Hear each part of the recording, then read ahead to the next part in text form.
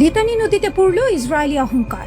Hezbollah double tap drone হামলায় কাঁপছে Tel Aviv. দক্ষিণ লেবাননের লিতানি নদী এখন আর কোনো সাধারণ জলধারা নয়, ইসরায়েলি ডিফেন্স ফোর্সের জন্য এক মৃত্যু ফাঁদ। হিজবুল্লাহর একের পর এক নিখুঁত ও প্রাণঘাতী হামলায় চূর্ণ বিচূর্ণ তেল আবিবের দম্ভ।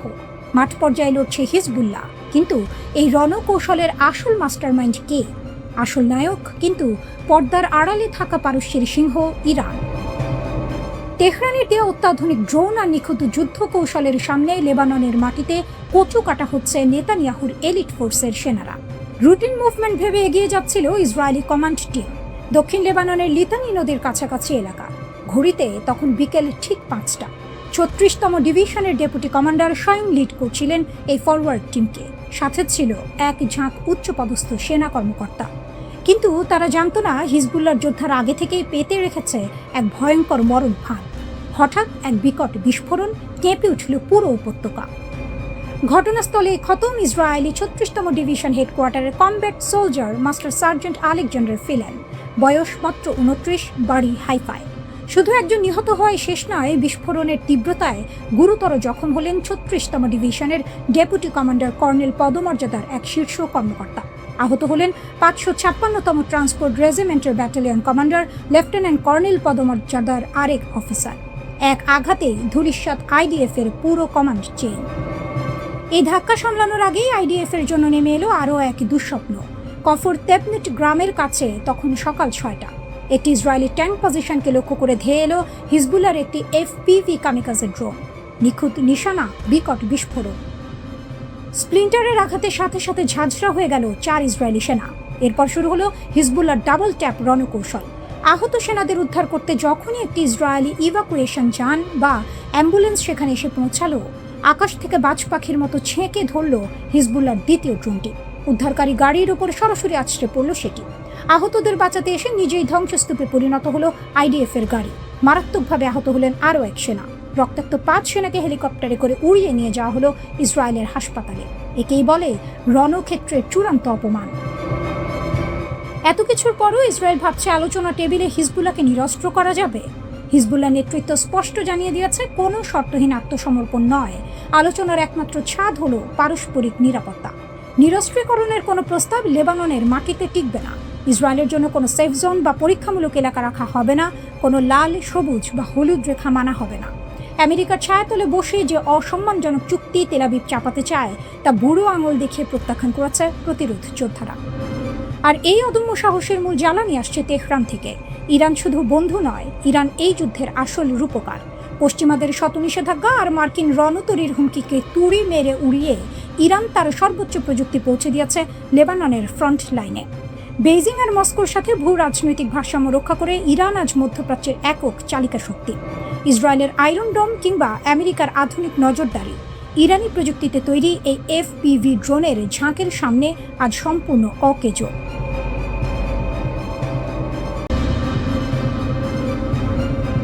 চীন, রাশিয়া, ইরান অক্ষের তোপে পালাচ্ছে আমেরিকা। পারস্যের সিংহের গর্জন এবং ওয়াশিংটনের পিছু হটা।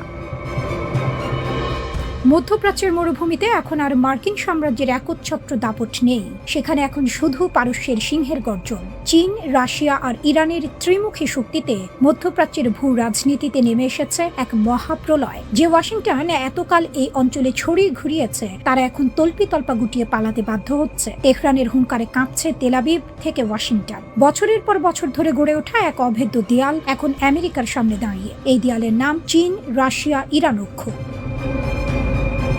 ইরান আমেরিকা ছায়াযুদ্ধে চূড়ান্ত বিজয় গাথা লিখেছে তেহরান। এটা শুধু ফাঁকা বুলি নয়, রণক্ষেত্রের কঠিন বাস্তবতা। একদিকে ইসলামিক রিভলিউশনারি গার্ড কর্পস বা আইআরজিসির ইস্পাত কঠিন মনোবল, অন্যদিকে দুই পরাশক্তি বন্ধু চীন ও রাশিয়ার প্রযুক্তিগত সমর্থন। এই দুইয়ের মেলবন্ধনে মার্কিন যুক্তরাষ্ট্রের আধুনিক প্রতিরক্ষা ব্যবস্থাকে বুড়ো আঙুল দেখিয়েছে পারস্যের সিংহরা। শহীদ আয়াতুল্লাহ আলী খামেনির দেশ আজ পশ্চিমাদের চোখে চোখ রেখে লড়াই করছে। মধ্যপ্রাচ্যের কসাই খ্যাত বেনিয়ামিন নেতানিয়াহুর সমস্ত ছক ভেস্তে দিয়েছে ইরান। মার্কিন রণতরী আর অত্যাধুনিক যুদ্ধ বিমানগুলো আজ অসহায়। তেহরানের এই রণকৌশলের সামনে টিকতে না পেরে রীতিমতো লেজ গুটিয়ে পালাচ্ছে মার্কিন বাহিনী।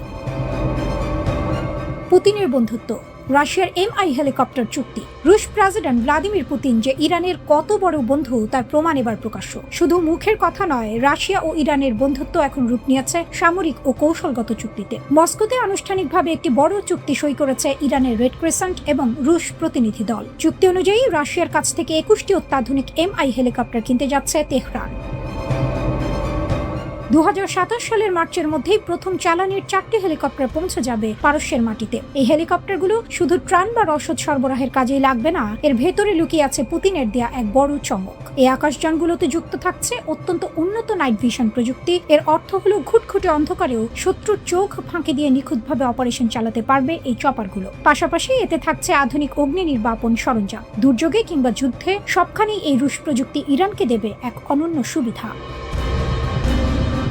বেজিং তেহরান ঐক্য চীনের দীর্ঘমেয়াদী বাজি। শুধু রাশিয়া নয়, চীনকে নিয়েও সমান আত্মবিশ্বাসী তেহরান। ইরানের সংসদ স্পিকার মোহাম্মদ বাঘের গালিবাফ স্পষ্ট ভাষায় হুঙ্কার ছেড়েছেন। তিনি বলেছেন, তেহরান কেবল চীনের একজন সাধারণ বাণিজ্যিক গ্রাহক নয়, ইরান হলো চীনের একটি পূর্ণাঙ্গ, নির্ভরযোগ্য এবং দীর্ঘমেয়াদী অংশীদার। বেজিংকে এটা বিশ্বাস করতে হবে যে ভবিষ্যতের যে কোনো আঞ্চলিক বা আন্তর্জাতিক জোটে এই দুই দেশ একসঙ্গে নেতৃত্ব দেবে। নতুন কোনো বিশ্ব ব্যবস্থা বা ব্লক তৈরি হলে চীন ও ইরান হবে তার অপরিহার্য সদস্য।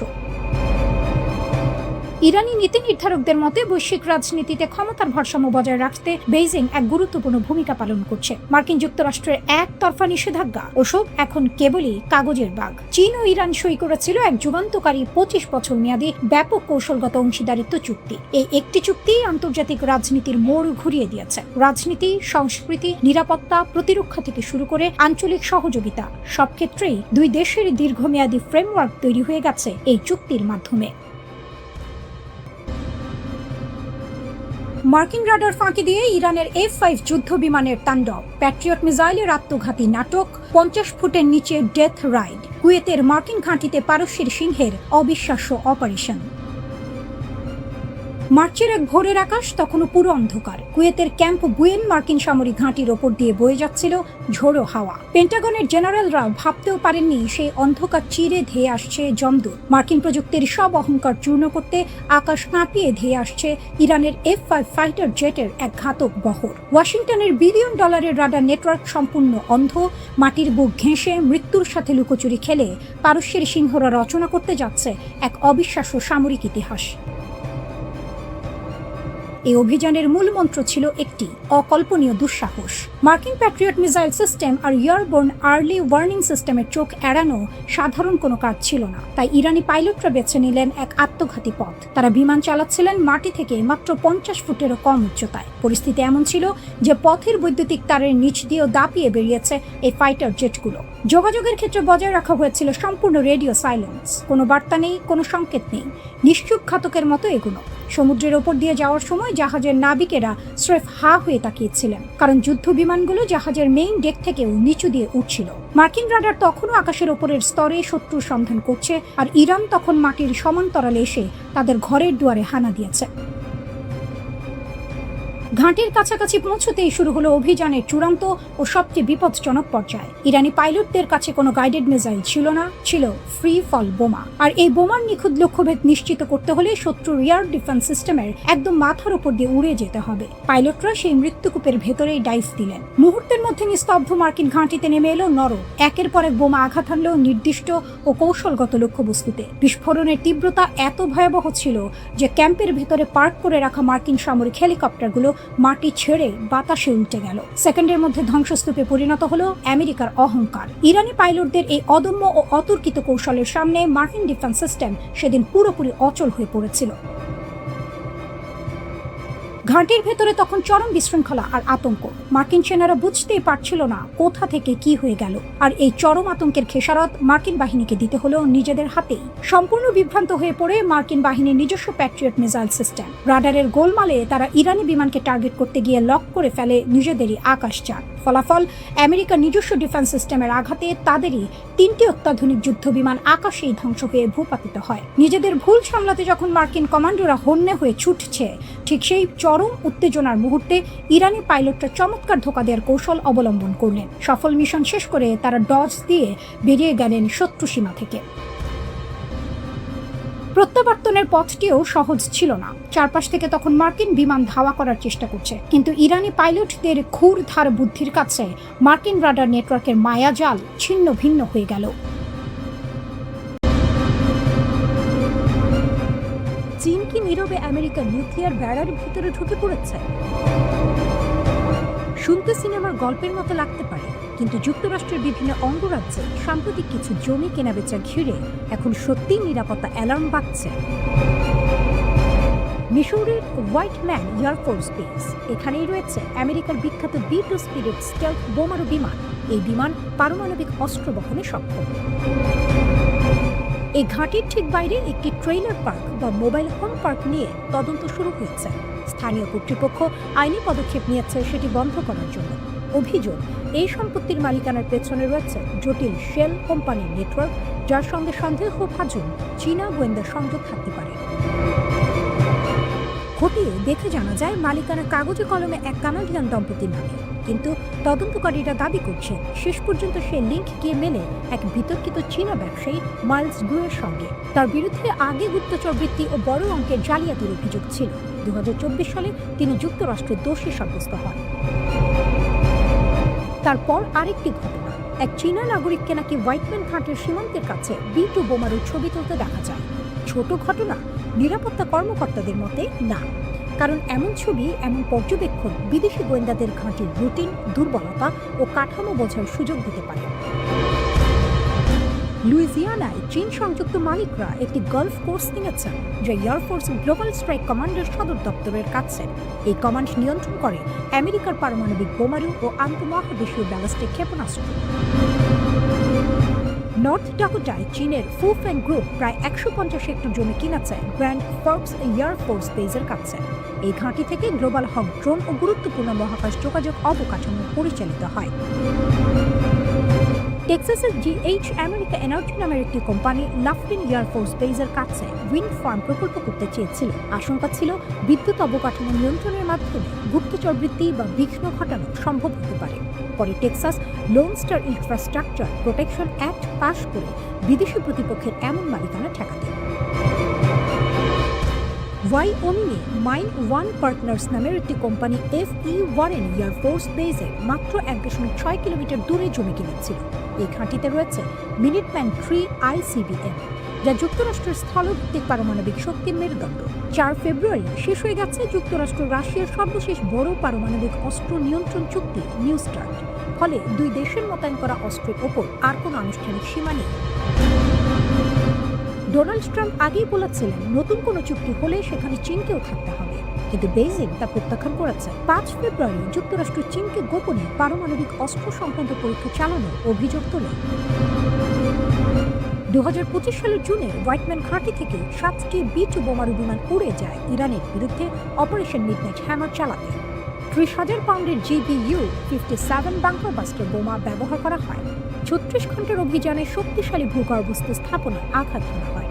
তাহলে প্রশ্ন উঠছে, যদি কোনো বিদেশি শক্তি হোয়াইটম্যান ঘাঁটির আশপাশে জমি কিনে নজরদারি করে, তথ্য জোগাড় করে, তাতে কি কৌশলগত সুবিধা মিলতে পারে? যুক্তরাষ্ট্র কি খুব দেরিতে বিষয়টি বুঝছে, নাকি এটি অতিরঞ্জিত ভয়? একদিকে ইরান নিয়ে উত্তেজনা, অন্যদিকে চীনের জমি কেনা নিয়ে উদ্বেগ।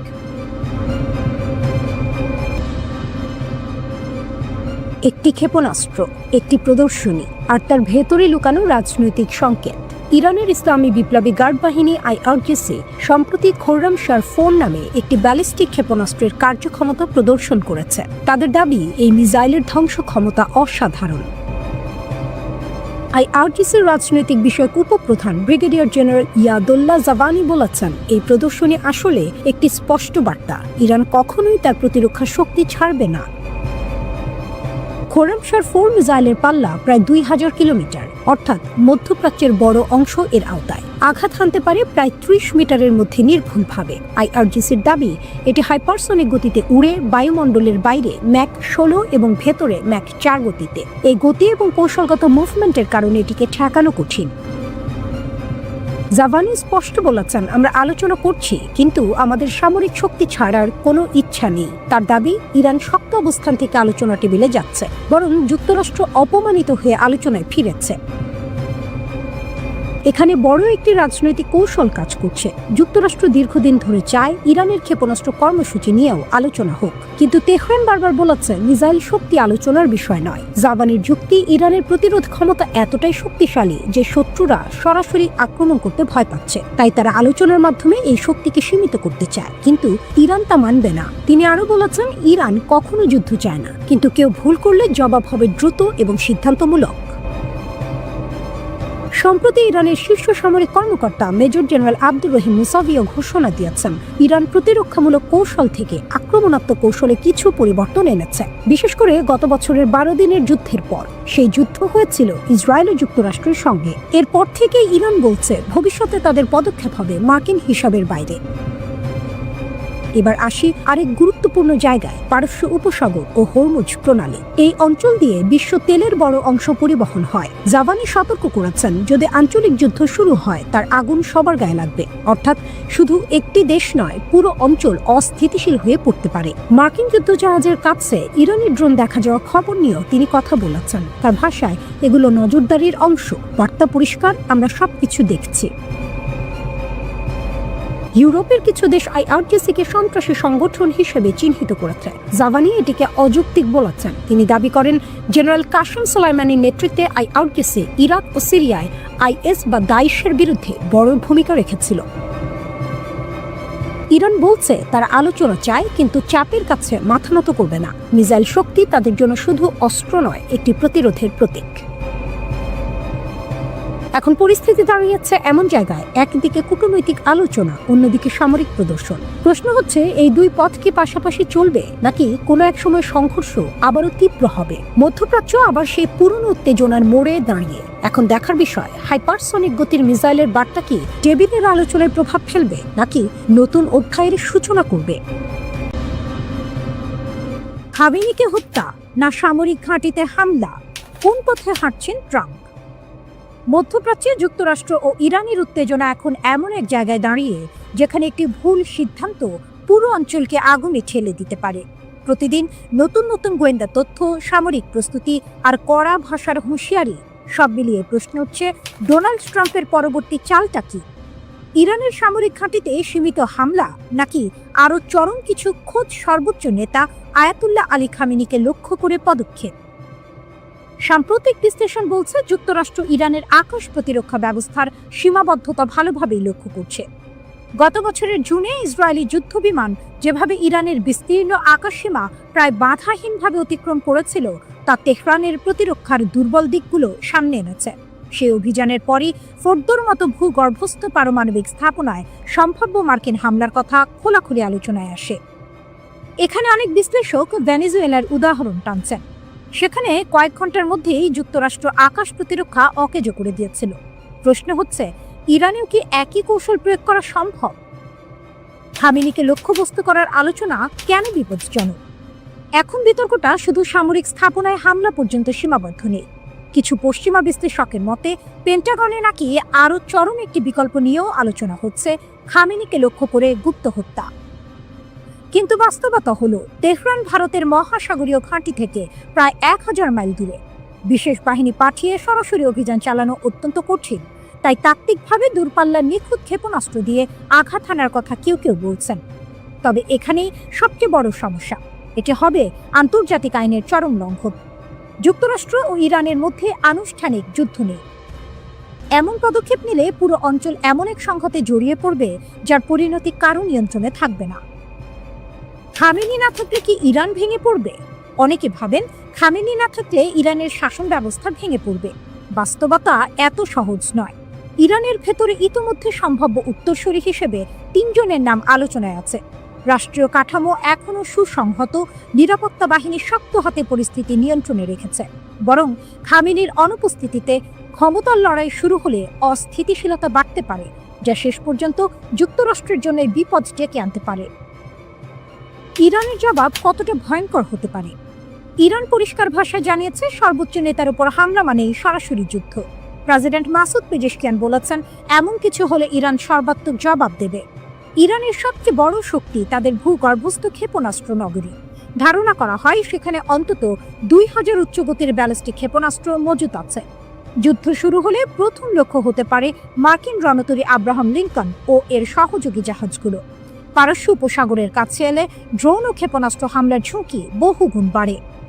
এছাড়া কাতারের আল উদেইদ বিমান ঘাঁটি সহ মধ্যপ্রাচ্যের বিভিন্ন মার্কিন ঘাঁটি ইরানের নিশানায় রয়েছে। যদিও সেখানে প্যাট্রিয়ট প্রতিরক্ষা ব্যবস্থা আছে, তবুও সাম্প্রতিক পরিসংখ্যান বলছে সব ক্ষেপণাস্ত্র ঠেকানো সম্ভব হয়নি। হাত ট্রিগারেই আছে ইরানের শেষ বার্তা। এই প্রেক্ষাপটে ইরানের সেনাপ্রধান মেজর জেনারেল আমির হাতামির হুঁশিয়ারি খুবই স্পষ্ট। আমাদের হাত এখনো ট্রিগারেই আছে। তার ভাষায়, শত্রুর প্রতিটি পদক্ষেপ তেহরানের নজরে। যে কোনো ভুল হিসাব শুধু যুক্তরাষ্ট্র বা ইসরায়েলের নয়, পুরো অঞ্চলের নিরাপত্তা ধ্বংস করবে। জানিয়ে কি ইসরায়েলকে গোপন বার্তা দিল আমেরিকা? একটি খবর বেশ আলোড়ন তুলেছে। খবরটি বলছে যুক্তরাষ্ট্র নাকি ইরানি সম্ভাব্য হামলার সময়সূচি নিয়ে ইসরায়েলকে গোপন বার্তা পাঠিয়েছে। এই তথ্য প্রকাশ করেছে ইসরায়েলের চ্যানেল 14, আর সেটি উদ্ধৃত করেছে আন্তর্জাতিক সংবাদ মাধ্যম মিডল ইস্ট মনিটর। প্রশ্ন হলো, এই বার্তায় ঠিক কি বলা হয়েছে? এর মানে কি সত্যি যুদ্ধ দরজায় কড়া নাড়ছে?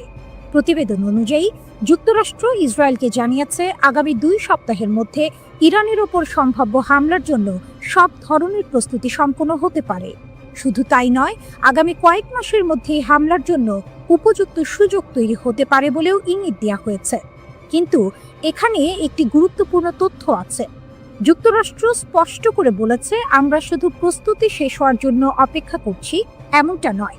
অর্থাৎ যদি মার্কিন প্রেসিডেন্ট ডোনাল্ড ট্রাম্প হঠাৎ নির্দেশ দেন, তাহলে এর আগেই হামলা চালানো সম্ভব। তবে একই সঙ্গে এটাও বলা হয়েছে, বর্তমান পরিস্থিতিতে তাৎক্ষণিক হামলার সিদ্ধান্ত এখনো বিবেচনায় নেই। এই দ্বৈত বার্তাটাই সবচেয়ে গুরুত্বপূর্ণ। এটা আসলে কূটনৈতিক ভাষায় বলা একটি চাপের বার্তা। সহজ ভাষায় বললে, আমরা প্রস্তুত হচ্ছি, সময় নির্ধারিত হতে পারে, কিন্তু এখনো ট্রিগার টানা হয়নি। এ ধরনের বার্তা সাধারণত 3টি উদ্দেশ্যে পাঠানো হয়। 1, ইরানকে মানসিক চাপ দেয়া। 2, ইসরায়েলকে প্রস্তুত রাখা। 3, আঞ্চলিক শক্তিগুলোকে সতর্ক করা। এটা যুদ্ধ ঘোষণার চেয়ে কৌশলগত সতর্ক সংকেত। মাঠে কি হচ্ছে? বার্তার পাশাপাশি আরেকটি বিষয় খুব গুরুত্বপূর্ণ। যুক্তরাষ্ট্র বর্তমানে মধ্যপ্রাচ্যে তাদের সামরিক শক্তি ব্যাপকভাবে বাড়াচ্ছে। প্রতিবেদন অনুযায়ী অঞ্চল জুড়ে মার্কিন সেনা ও সামরিক সরঞ্জামের নজিরবিহীন মোতায়েন চলছে। স্থল, আকাশ ও সমুদ্র 3 দিক থেকেই উপস্থিতি বাড়ানো হয়েছে। এর ফলে কি হচ্ছে? মার্কিন সামরিক বাহিনী কার্যত এমন অবস্থানে পৌঁছেছে যেখানে তারা চাইলে খুব অল্প সময়ের নোটিসে সামরিক অভিযান শুরু করতে পারে। বিশ্লেষকদের মতে এটা কেবল ইরানের জন্য না, পুরো মধ্যপ্রাচ্যের জন্যই একটি বড় সতর্কবার্তা। তাহলে কি যুদ্ধ অবশ্যম্ভাবী? এটাই সবচেয়ে গুরুত্বপূর্ণ প্রশ্ন। এখনো যুদ্ধ নিশ্চিত নয়, কিন্তু যুদ্ধের প্রস্তুতি বাস্তব। ইতিহাস বলে, যখন কোনো দেশ বলে আমরা এখনো সিদ্ধান্ত নেইনি, তখন সাধারণত সব প্রস্তুতিই থাকে। এখানে যুক্তরাষ্ট্র একটি চাপের কৌশল ব্যবহার করছে, যাতে ইরান হয়তো পরমাণু কর্মসূচিতে ছাড় দেবে, আঞ্চলিক কর্মকাণ্ডে সংযুক্ত হবে, অথবা আলোচনায় বসতে বাধ্য হবে। ইসরায়েলের ভূমিকা কেন গুরুত্বপূর্ণ? ইসরায়েল দীর্ঘদিন ধরেই ইরানের বিরুদ্ধে কঠোর অবস্থানে। তাই যুক্তরাষ্ট্রের যে কোনো বড় সিদ্ধান্তে ইসরায়েলকে আগে ভাগে জানানো, সমন্বয় করা, গোয়েন্দা তথ্য ভাগাভাগি করা এই পুরো প্রক্রিয়ার অংশ। এই গোপন বার্তাও সেই সমন্বয়ের ইঙ্গিত। 99টি ভূমিকম্পের পর ইরান কেন হঠাৎ এত আগ্রাসী? যুদ্ধ কি সত্যিই দরজায়? মাত্র 1 সপ্তাহে ইরানে 99টি ভূমিকম্প। এরপরে শুরু হয় একের পর এক সামরিক বার্তা, ছবি আর হুঁশিয়ারি। ড্রোন, ক্ষেপণাস্ত্র, রাতের অন্ধকারে সামরিক বহর, সব মিলিয়ে প্রশ্ন উঠছে, ইরান কি নতুন যুদ্ধে নামতে প্রস্তুত, নাকি এটা শুধুই শক্তি প্রদর্শন, ভয় দেখানোর কৌশল? ইরান কি দেখাতে চাইছে? ইরানের রিভলিউশনারি গার্ড ঘনিষ্ঠ সংবাদ মাধ্যম SEPA সম্প্রতি কিছু ছবি প্রকাশ করেছে। ছবিগুলোতে দেখা যাচ্ছে রাতের অন্ধকারে সামরিক ট্রাকের বহর, ট্রেলারে করে নেওয়া হচ্ছে মাঝারি পাল্লার ক্ষেপণাস্ত্র, একই সঙ্গে ড্রোন, লঞ্চ সিস্টেম। এই বহরগুলো দেশের বিভিন্ন এলাকায় ছড়িয়ে দেওয়া হচ্ছে বলে দাবি করা হয়েছে। অর্থাৎ সব অস্ত্র এক জায়গায় নয়, বিভিন্ন শহরে। বিশ্লেষকদের মতে এর মানে একটাই, উচ্চ সামরিক সতর্কতা। ইরান কি সরাসরি যুদ্ধের সংকেত দিচ্ছে? SEPS স্পষ্ট ভাষায় বলেছে দেশের বিভিন্ন শহরে ড্রোন ও ক্ষেপণাস্ত্র স্থানান্তরের প্রমাণ রয়েছে। এই ধরনের বার্তা সাধারণত তখনই দেয়া হয় যখন শত্রুপক্ষকে ভয় দেখাতে হয় অথবা নিজের জনগণকে দেখাতে হয় আমরা প্রস্তুত। কিন্তু এখানে আসল প্রশ্ন, এই প্রস্তুতি কার বিরুদ্ধে, যুক্তরাষ্ট্র না ইসরায়েল? ইরানের ক্ষেপণাস্ত্র ক্ষমতা নিয়ে বড় দাবি। 24 জানুয়ারি ইরানের প্রতিরক্ষা মন্ত্রণালয়ের মুখপাত্র এক সাহসী ঘোষণা দেন। তিনি বলেন 2025 সালের 12 দিনের যুদ্ধে যাচ্ছিল, এখন তার চেয়ে সংখ্যায় বেশি এবং প্রযুক্তিতে আরো উন্নত ক্ষেপণাস্ত্র রয়েছে। তার দাবি অনুযায়ী ইরানের ক্ষেপণাস্ত্র এখন আরো নিখুঁত, প্রতিরক্ষা ব্যবস্থা আরো শক্তিশালী, যুদ্ধের অভিজ্ঞতা থেকে তারা শিখেছে। এমনকি তিনি বলেন ইরান ইচ্ছাকৃতভাবে অনেক উন্নয়ন গোপন রাখছে, যেন সঠিক সময়ে শত্রুকে চমকে দেওয়া যায়। আগের যুদ্ধে ইসরায়েল কি শিখেছে? 2025 সালের সেই 12 দিনের সংঘাতে ইরান একসঙ্গে বিপুল সংখ্যক ক্ষেপণাস্ত্র ছুড়েছিল। ইসরায়েলের আধুনিক প্রতিরক্ষা ব্যবস্থা চাপে পড়ে যায়, সব ক্ষেপণাস্ত্র ঠেকানো সম্ভব হয়নি। ইরানের দাবি ক্ষেপণাস্ত্রের ঘনত্ব ও ধারাবাহিকতাই ছিল আসল শক্তি। এই অভিজ্ঞতাকেই এখন তারা প্রমাণ হিসেবে তুলে ধরছে।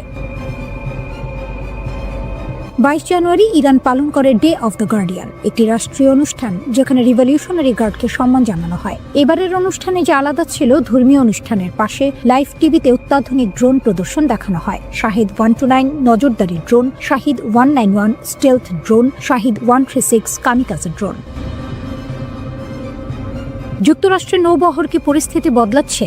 এই সবকিছুর মাঝেই যুক্তরাষ্ট্রের নৌবাহিনী মধ্যপ্রাচ্যের দিকে এগোচ্ছে। ট্রাম্প ঘোষণা করেছেন একটি বিশাল বহর ইরানের দিকে যাচ্ছে। এর জবাবে ইরান যেন বলছে আমরাও প্রস্তুত।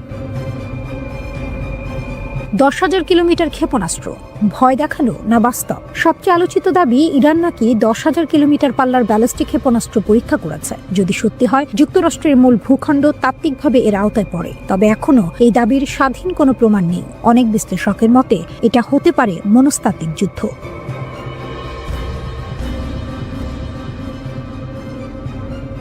ইরানে এক সপ্তাহে 99টি ভূমিকম্প, প্রকৃতির খেলা নাকি যুদ্ধের প্রস্তুতি? ইরান, ইসরায়েল এবং যুক্তরাষ্ট্র এই তিন দেশকে ঘিরে মধ্যপ্রাচ্যে উত্তেজনা আবার নতুন করে মাথাচাড়া দিয়েছে। ঠিক এই সময়ে সামনে আসে একটি অস্বাভাবিক তথ্য। মাত্র এক সপ্তাহে ইরানে 99টি ভূমিকম্প, আর এখান থেকেই শুরু হয় জল্পনা, গুজব আর নানা ষড়যন্ত্র তত্ত্ব। প্রশ্ন হলো, এগুলো কি স্বাভাবিক ভূমিকম্প, নাকি গোপন পারমাণবিক পরীক্ষা, নাকি যুক্তরাষ্ট্র ও ইসরায়েলের সঙ্গে সম্ভাব্য যুদ্ধের প্রস্তুতি? কি ঘটেছে ইরানে? 2026 সালের 10 থেকে 16 জানুয়ারি, মাত্র 6 দিনের মধ্যে ইরানে মোট 99টি ভূমিকম্প রেকর্ড করা হয়। এই ভূমিকম্পগুলোর মধ্যে 72টির মাত্রা ছিল 3.0 এর আশেপাশে, 21টি ছিল 3 থেকে 4 মাত্রার মধ্যে, 5টি ছিল 4 থেকে 5 মাত্রার মধ্যে এবং মাত্র একটি ভূমিকম্প ছিল 5 থেকে 6 মাত্রার, অর্থাৎ বেশিরভাগ কম থেকে মাঝারি মাত্রার ভূমিকম্প। কোন কোন এলাকায় ভূমিকম্প হয়েছে? এই ভূমিকম্পগুলো কোনো একটি জায়গায় সীমাবদ্ধ ছিল না, বরং একাধিক প্রদেশে ছড়িয়ে পড়ে। খুসান 18টি, ইয়াজদ 13টি, কেরমান, দক্ষিণ খোরাসান প্রতিটিতে 7টি করে। এই বিস্তৃত ভৌগোলিক ছড়ানো বিষয়টি গুরুত্বপূর্ণ, কারণ যদি এটা কোনো গোপন বিস্ফোরণ হতো তাহলে সাধারণত একটি নির্দিষ্ট এলাকায় সীমাবদ্ধ থাকতো। ইস্পাহান কেন এত গুরুত্বপূর্ণ? এখানেই শুরু হয় রাজনৈতিক বার্তা। ইস্পাহান প্রদেশে রয়েছে ইরানের গুরুত্বপূর্ণ পারমাণবিক স্থাপনা। এই জায়গায় রয়েছে গবেষণা রিঅ্যাক্টর, পারমাণবিক ল্যাব, জ্বালানি প্রস্তুত কেন্দ্র। আর এখানেই সমস্যা। 2025 সালের জুন মাসে যুক্তরাষ্ট্র দাবি করেছিল তারা ইরানের 3টি পারমাণবিক স্থাপনায় হামলা চালিয়েছে, যার একটি ছিল ইস্পাহান। সেই অভিযানের নাম ছিল অপারেশন মিডনাইট হ্যামার। তাই এখন যখন ইস্পাহানের আশেপাশে ভূমিকম্প হচ্ছে, তখন সন্দেহ আরো বেড়ে যাচ্ছে। ট্রাম্প বনাম ইরান, হত্যার হুমকি ও যুদ্ধের ভাষা। এই ভূমিকম্পের খবর এমন এক সময় এসেছে যখন রাজনৈতিক উত্তেজনা চরমে। ডোনাল্ড ট্রাম্প হুঁশিয়ারি দিয়েছেন, আমাকে হত্যা করা হলে ইরানকে পৃথিবীর মানচিত্র থেকে মুছে দেওয়া হবে। অন্যদিকে ইরান বলেছে, খামেনিকে আঘাত করলে হাত কেটে নেওয়া হবে। এ ধরনের ভাষা সাধারণত যুদ্ধের আগের সময়েই শোনা যায়। ইসরায়েলের ভূমিকম্প আরো সন্দেহ। 14 জানুয়ারি ইসরায়েলে 4.2 মাত্রার ভূমিকম্প হয়। এর কেন্দ্র ছিল ডিমোনা পারমাণবিক স্থাপনার কাছাকাছি। এই ঘটনাও নতুন প্রশ্ন তোলে। ডিমোনা ইসরায়েলের গোপন পারমাণবিক কর্মসূচির কেন্দ্র বলে মনে করা হয়। সেখানে আগে থেকেই নিরাপত্তা মহড়া চলছিল। ভূমিকম্পের পর সাইরেন বেজে ওঠে, আতঙ্ক ছড়িয়ে পড়ে। কিছু বিশ্লেষক দাবি করেন ইসরায়েল হয়তো পারমাণবিক কার্যকলাপ বাড়াচ্ছে, যদিও এর কোনো প্রমাণ এখনো নেই। তাহলে সত্যিটা কি? এখন সবচেয়ে গুরুত্বপূর্ণ প্রশ্ন, এগুলো কি প্রকৃতির স্বাভাবিক ঘটনা নাকি গোপন সামরিক তৎপরতা? ভূতাত্ত্বিকদের মতে ইরান ও ইসরায়েল দুটোই ভূমিকম্প প্রবণ এলাকায় অবস্থিত। ছোট ছোট ভূমিকম্প একসাথে হওয়াকে বলা হয় সাইসমিক স্টর্ম। এটি অনেক সময় স্বাভাবিকভাবেই ঘটে, কিন্তু রাজনীতি যখন উত্তপ্ত থাকে তখন প্রতিটি প্রাকৃতিক ঘটনাও রাজনৈতিক অর্থ পেয়ে যায়। কিন্তু এখন পর্যন্ত কোনো প্রমাণ নেই যে এই ভূমিকম্পগুলো পারমাণবিক পরীক্ষা বা যুদ্ধ প্রস্তুতির ফল। মধ্যপ্রাচ্যে আবারও যুদ্ধের আশঙ্কা ঘনীভূত হচ্ছে। যুক্তরাষ্ট্র, ইসরায়েল আর ইরান এই তিন পক্ষকে ঘিরে এমন এক উত্তেজনা তৈরি হয়েছে যেখানে সামান্য ভুল হিসাব থেকেই শুরু হতে পারে আরেকটি বড় যুদ্ধ। ইরানের বিপ্লবী গার্ড বাহিনী IRGC এর প্রধান commander major general Mohammad Pakpour সরাসরি সতর্কবার্তা দিয়েছেন যুক্তরাষ্ট্র ও ইসরায়েলকে। ইরানের রাষ্ট্রীয় টেলিভিশন প্রেস টিভিতে তিনি বলেন, ইরানের সেনারা এখন সর্বোচ্চ সতর্কতায় আছে আর তাদের হাত ট্রিগারে। যদি কোনো হামলা হয় ইরান 1 সেকেন্ডও দেরি করবে না। পাকপুর বলেন, যুক্তরাষ্ট্র আর ইসরায়েল যেন ইতিহাস থেকে শিক্ষা নেয়। তিনি ইঙ্গিত দেন আগের 12 দিনের যুদ্ধে যেখানে শত্রুপক্ষ বড় ক্ষতির মুখে পড়েছিল। তার ভাষায়, যদি আবার কোনো ভুল হিসাব করা হয় তাহলে শাস্তি হবে আরও বেশি যন্ত্রণাদায়ক, আর এমন হবে যার জন্য পরে শুধু অনুশোচনা ছাড়া কিছুই থাকবে না। তিনি আরও বলেন, ইরান আগের যে কোনো সময়ের তুলনায় এখন অনেক বেশি শক্তিশালী প্রতিরক্ষা ব্যবস্থা গড়ে তুলেছে। দেশের সীমান্ত রক্ষা, আকাশ প্রতিরক্ষা আর পাল্টা হামলার ক্ষমতা সবই এখন অভূতপূর্ব পর্যায়ে। হঠাৎ এত কড়া ভাষা কেন? এর পেছনে বড় কারণ ডোনাল্ড ট্রাম্প। ইরানের পররাষ্ট্রমন্ত্রী আব্বাস আরাগচি সম্প্রতি ট্রাম্পের বক্তব্যের তীব্র সমালোচনা করেছেন। তিনি বলেছেন, ট্রাম্পের কথাবার্তা এই মুহূর্তে উস্কানিমূলক ও দায়িত্বজ্ঞানহীন। আরাগচির দাবি, ট্রাম্পের লাগাতার হুমকি আসলে উগ্রপন্থী গোষ্ঠীগুলোকে আরও সাহস দিচ্ছে। এই বক্তব্যগুলো সন্ত্রাসী নেটওয়ার্কগুলোর জন্য এক ধরনের মোটিভেশন হয়ে উঠছে। এর আগেও ইরানের এক শীর্ষ সামরিক কর্মকর্তা সরাসরি ওয়াশিংটনকে সতর্ক করে দিয়েছিলেন, ইরানের সর্বোচ্চ নেতা আয়াতুল্লাহ আলী খামেনির বিরুদ্ধে কোনো পদক্ষেপ নিলে তার ফল ভয়াবহ হবে। এই প্রেক্ষাপটেই আসে ইরানের সবচেয়ে কড়া বার্তা। এক ইরানি জেনারেল বলেন, আমরা ট্রাম্পের চিৎকারকে গুরুত্ব দিই না, কিন্তু তিনি জানেন যদি আমাদের নেতার দিকে কেউ হাত বাড়ায় তাহলে সেই হাত শুধু কাটা হবে না, আমরা তাদের পুরো দুনিয়ায় আগুনে জ্বালিয়ে দেব। তিনি আরও বলেন, শত্রুপক্ষের জন্য এই অঞ্চলে কোনো নিরাপদ জায়গা থাকবে না। ইরানের ভূখণ্ডের 1 ইঞ্চিও যদি লঙ্ঘন করা হয় তাহলে হুমকি বড় হওয়ার আগেই তা ধ্বংস করা হবে। অন্য পাশে যুক্তরাষ্ট্রও বসে নেই। মার্কিন সেন্ট্রাল কমান্ড জানিয়েছে মধ্যপ্রাচ্যে আরও যুদ্ধ বিমান মোতায়েন করা হচ্ছে। বিশ্লেষকদের মতে এটা স্পষ্ট ইঙ্গিত ওয়াশিংটন সম্ভাব্য সংঘাতের জন্য প্রস্তুতি নিচ্ছে। এই উত্তেজনার মাঝেই আরেকটি অদ্ভুত ঘটনা ঘটে। 20 থেকে 21 জানুয়ারির রাতে ডোনাল্ড ট্রাম্পের বিমান মাঝপথে যান্ত্রিক সমস্যার পরে তিনি বাধ্য হন বিমান বদলাতে। মেরিল্যান্ডের জয়েন্ট বেস ইন রুজে ফিরে গিয়ে অন্য বিমানে যাত্রা শুরু করেন। ট্রাম্প তখন যাচ্ছিলেন সুইজারল্যান্ডের ডাভোসে 2026 সালে ওয়ার্ল্ড ইকোনমিক ফোরামে যোগ দিতে। এই ঘটনার কয়েক ঘন্টা আগে ট্রাম্প ইরানকে আবার হুঁশিয়ারি দিয়েছিলেন। তার ভাষায়, যদি কিছু ঘটে পুরো দেশটাই উড়িয়ে দেওয়া হবে। আমার খুব কঠোর নির্দেশ আছে, কিছু হলেই তারা পৃথিবীর মানচিত্র থেকে মুছে যাবে। একদিকে ইরান বলছে তারা প্রস্তুত, ট্রিগারে হাত। অন্যদিকে যুক্তরাষ্ট্র বলছে হামলা হলে ধ্বংস অনিবার্য। এই মুহূর্তে মধ্যপ্রাচ্যে দাঁড়িয়ে আছে এক ভয়ঙ্কর মোড়ে। এটা হয় শক্তি দেখিয়ে যুদ্ধ ঠেকানোর খেলা, না হয় এমন এক সংঘাতের শুরু যার প্রভাব পুরো বিশ্বে ছড়িয়ে পড়তে পারে। ইরান ও যুক্তরাষ্ট্রের মধ্যে উত্তেজনা আবারও বিপজ্জনক পর্যায়ে পৌঁছেছে। দুপক্ষের বক্তব্যে এখন আর কূটনৈতিক ভাষা নেই, আছে সরাসরি হুমকি, পাল্টা হুমকি এবং শক্তি প্রদর্শন। প্রশ্ন হচ্ছে, এই উত্তেজনা কি আবার যুদ্ধের দিকে গড়াচ্ছে? ইরানের সশস্ত্র বাহিনীর মুখপাত্র জেনারেল আবুল ফাজল শাখারি সরাসরি বলেছেন, ট্রাম্পের হুমকিকে আমরা খুব একটা গুরুত্ব দিই না, কিন্তু যদি আমাদের সর্বোচ্চ নেতার দিকে কোনো আক্রমণাত্মক হাত বাড়ানো হয় তাহলে সেই হাত কেটে ফেলা হবে। শুধু তাই নয়, তিনি আরও বলেন, আমরা তাদের শান্তি ও নিরাপত্তা কেড়ে নেব, তাদের পৃথিবী আগুনে পুড়বে। এই বক্তব্য এসেছে এমন এক সময়ে যখন ডোনাল্ড ট্রাম্প প্রকাশ্যে বলেছেন ইরানের নেতৃত্ব পরিবর্তনের প্রয়োজন আছে। অর্থাৎ শুধু নীতি পরিবর্তন নয়, শাসন ব্যবস্থাই বদলাতে হবে, এমন ইঙ্গিত দিয়েছেন তিনি। ইরান এই মন্তব্যকে সরাসরি শাসক গোষ্ঠীর ওপর আঘাত হিসেবে দেখছেন। ট্রাম্প দাবি করেছেন ইরানে 800-এর বেশি মানুষকে ফাঁসি দেওয়ার পরিকল্পনা ছিল। যুক্তরাষ্ট্র কড়া বার্তা দেওয়ার পর তেহরান সেই পরিকল্পনা থেকে সরে আসে। ট্রাম্প বলেন, আমরা জানিয়ে দিয়েছিলাম এটা হলে খুব খারাপ দিন আসবে। এরপর তারা কাউকে ফাঁসি দেয়নি। তবে তিনি এটাও বলেছেন, ভবিষ্যতে কি হবে সেটা বলা যায় না, অর্থাৎ সামরিক বিকল্প এখনও পুরোপুরি বন্ধ নয়। এই উত্তেজনার মূল কারণ শুরু হয় গত বছরের 28 ডিসেম্বর। ইরানে অর্থনৈতিক সংকট, মুদ্রার ব্যাপক পতন ও বেকারত্বের কারণে দেশ জুড়ে বিক্ষোভ শুরু হয়। সরকার কঠোর হাতে তা দমন করে। যুক্তরাষ্ট্রভিত্তিক মানবাধিকার সংস্থাগুলোর দাবি, এই দমনে অন্তত 4510 জন নিহত হয়েছে। ইরানের সর্বোচ্চ নেতা আয়াতুল্লাহ আলী খামেনি এসব মৃত্যুর জন্য সরাসরি যুক্তরাষ্ট্রকে দায়ী করেছেন।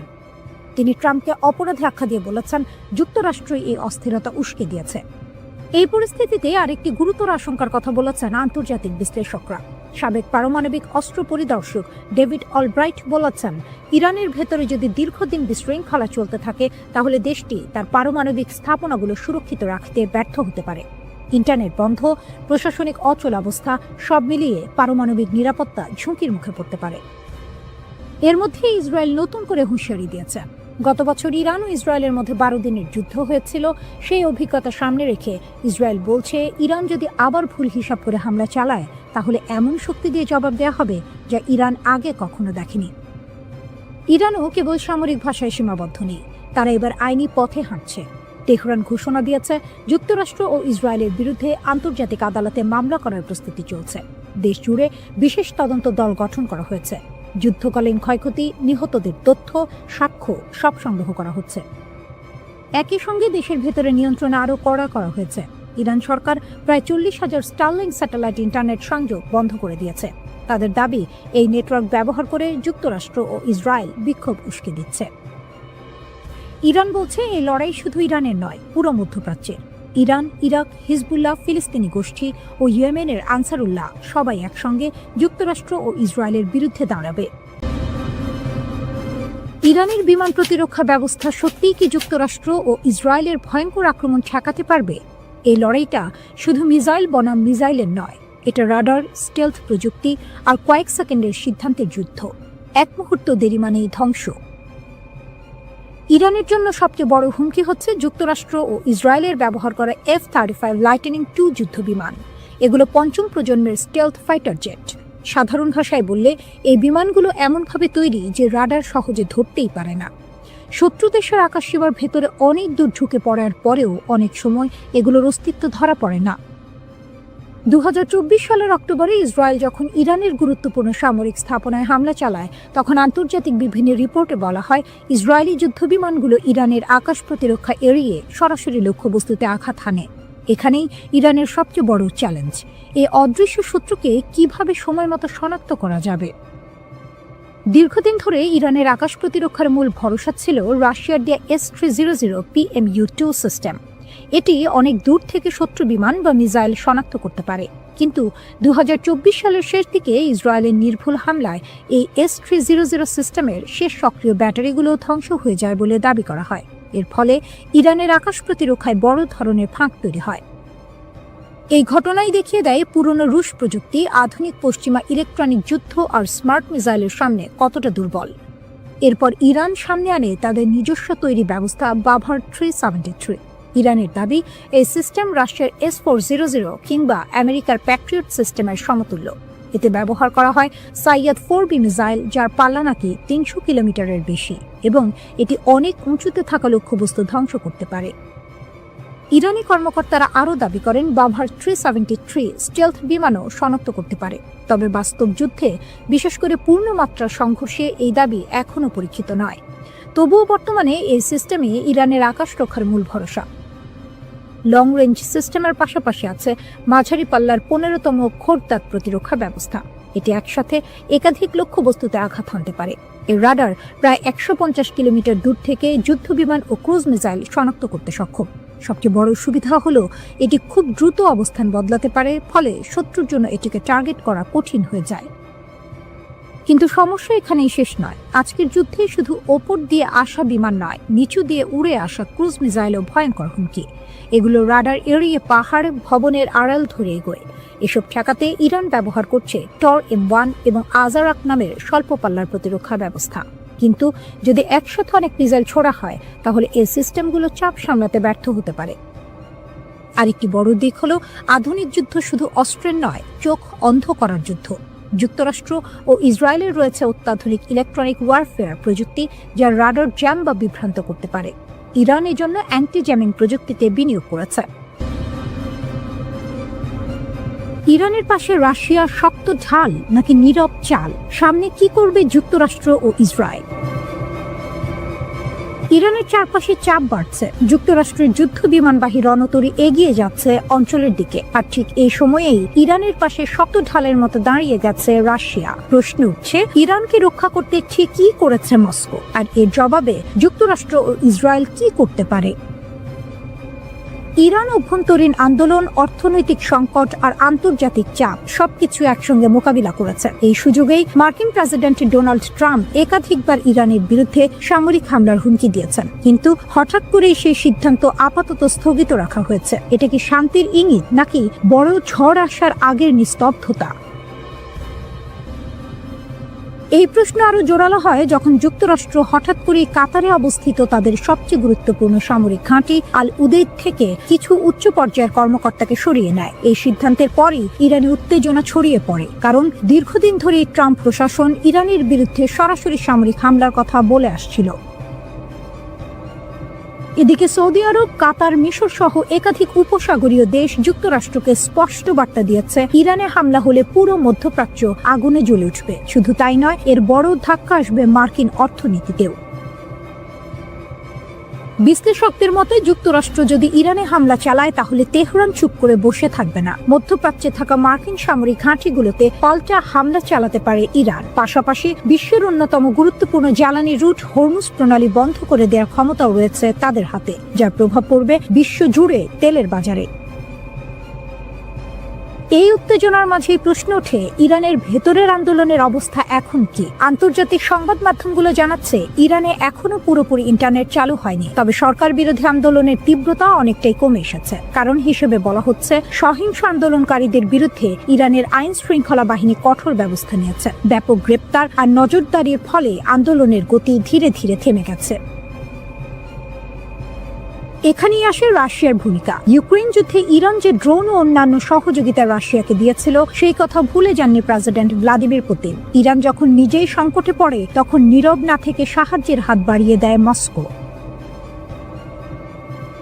আন্দোলনের সময় ইরান সরকার ইন্টারনেট বন্ধ করে দিলে ট্রাম্পের ঘনিষ্ঠ ব্যবসায়ী ইলন মাস্ক ঘোষণা দেন তিনি ইরানিদের জন্য বিনামূল্যে স্টারলিংক স্যাটেলাইট ইন্টারনেট চালু করবেন। উদ্দেশ্য ছিল আন্দোলনকারীদের যোগাযোগ সহজ করা, কিন্তু এই পরিকল্পনাও পুরোপুরি সফল হয়নি। খবর অনুযায়ী স্টারলিংক ঠেকাতে ইরান ব্যবহার করেছে রাশিয়ার দেয়া বিশেষ প্রযুক্তি। এক ধরনের জ্যামার ব্যবহার করে স্টারলিংকের আপলিংক ও ডাউনলিংক ট্রাফিকের প্রায় ৮০% ক্ষতিগ্রস্ত করা হয়। ফলে ইলন মাস্কের উদ্যোগ বড় বাধার মুখে পড়ে।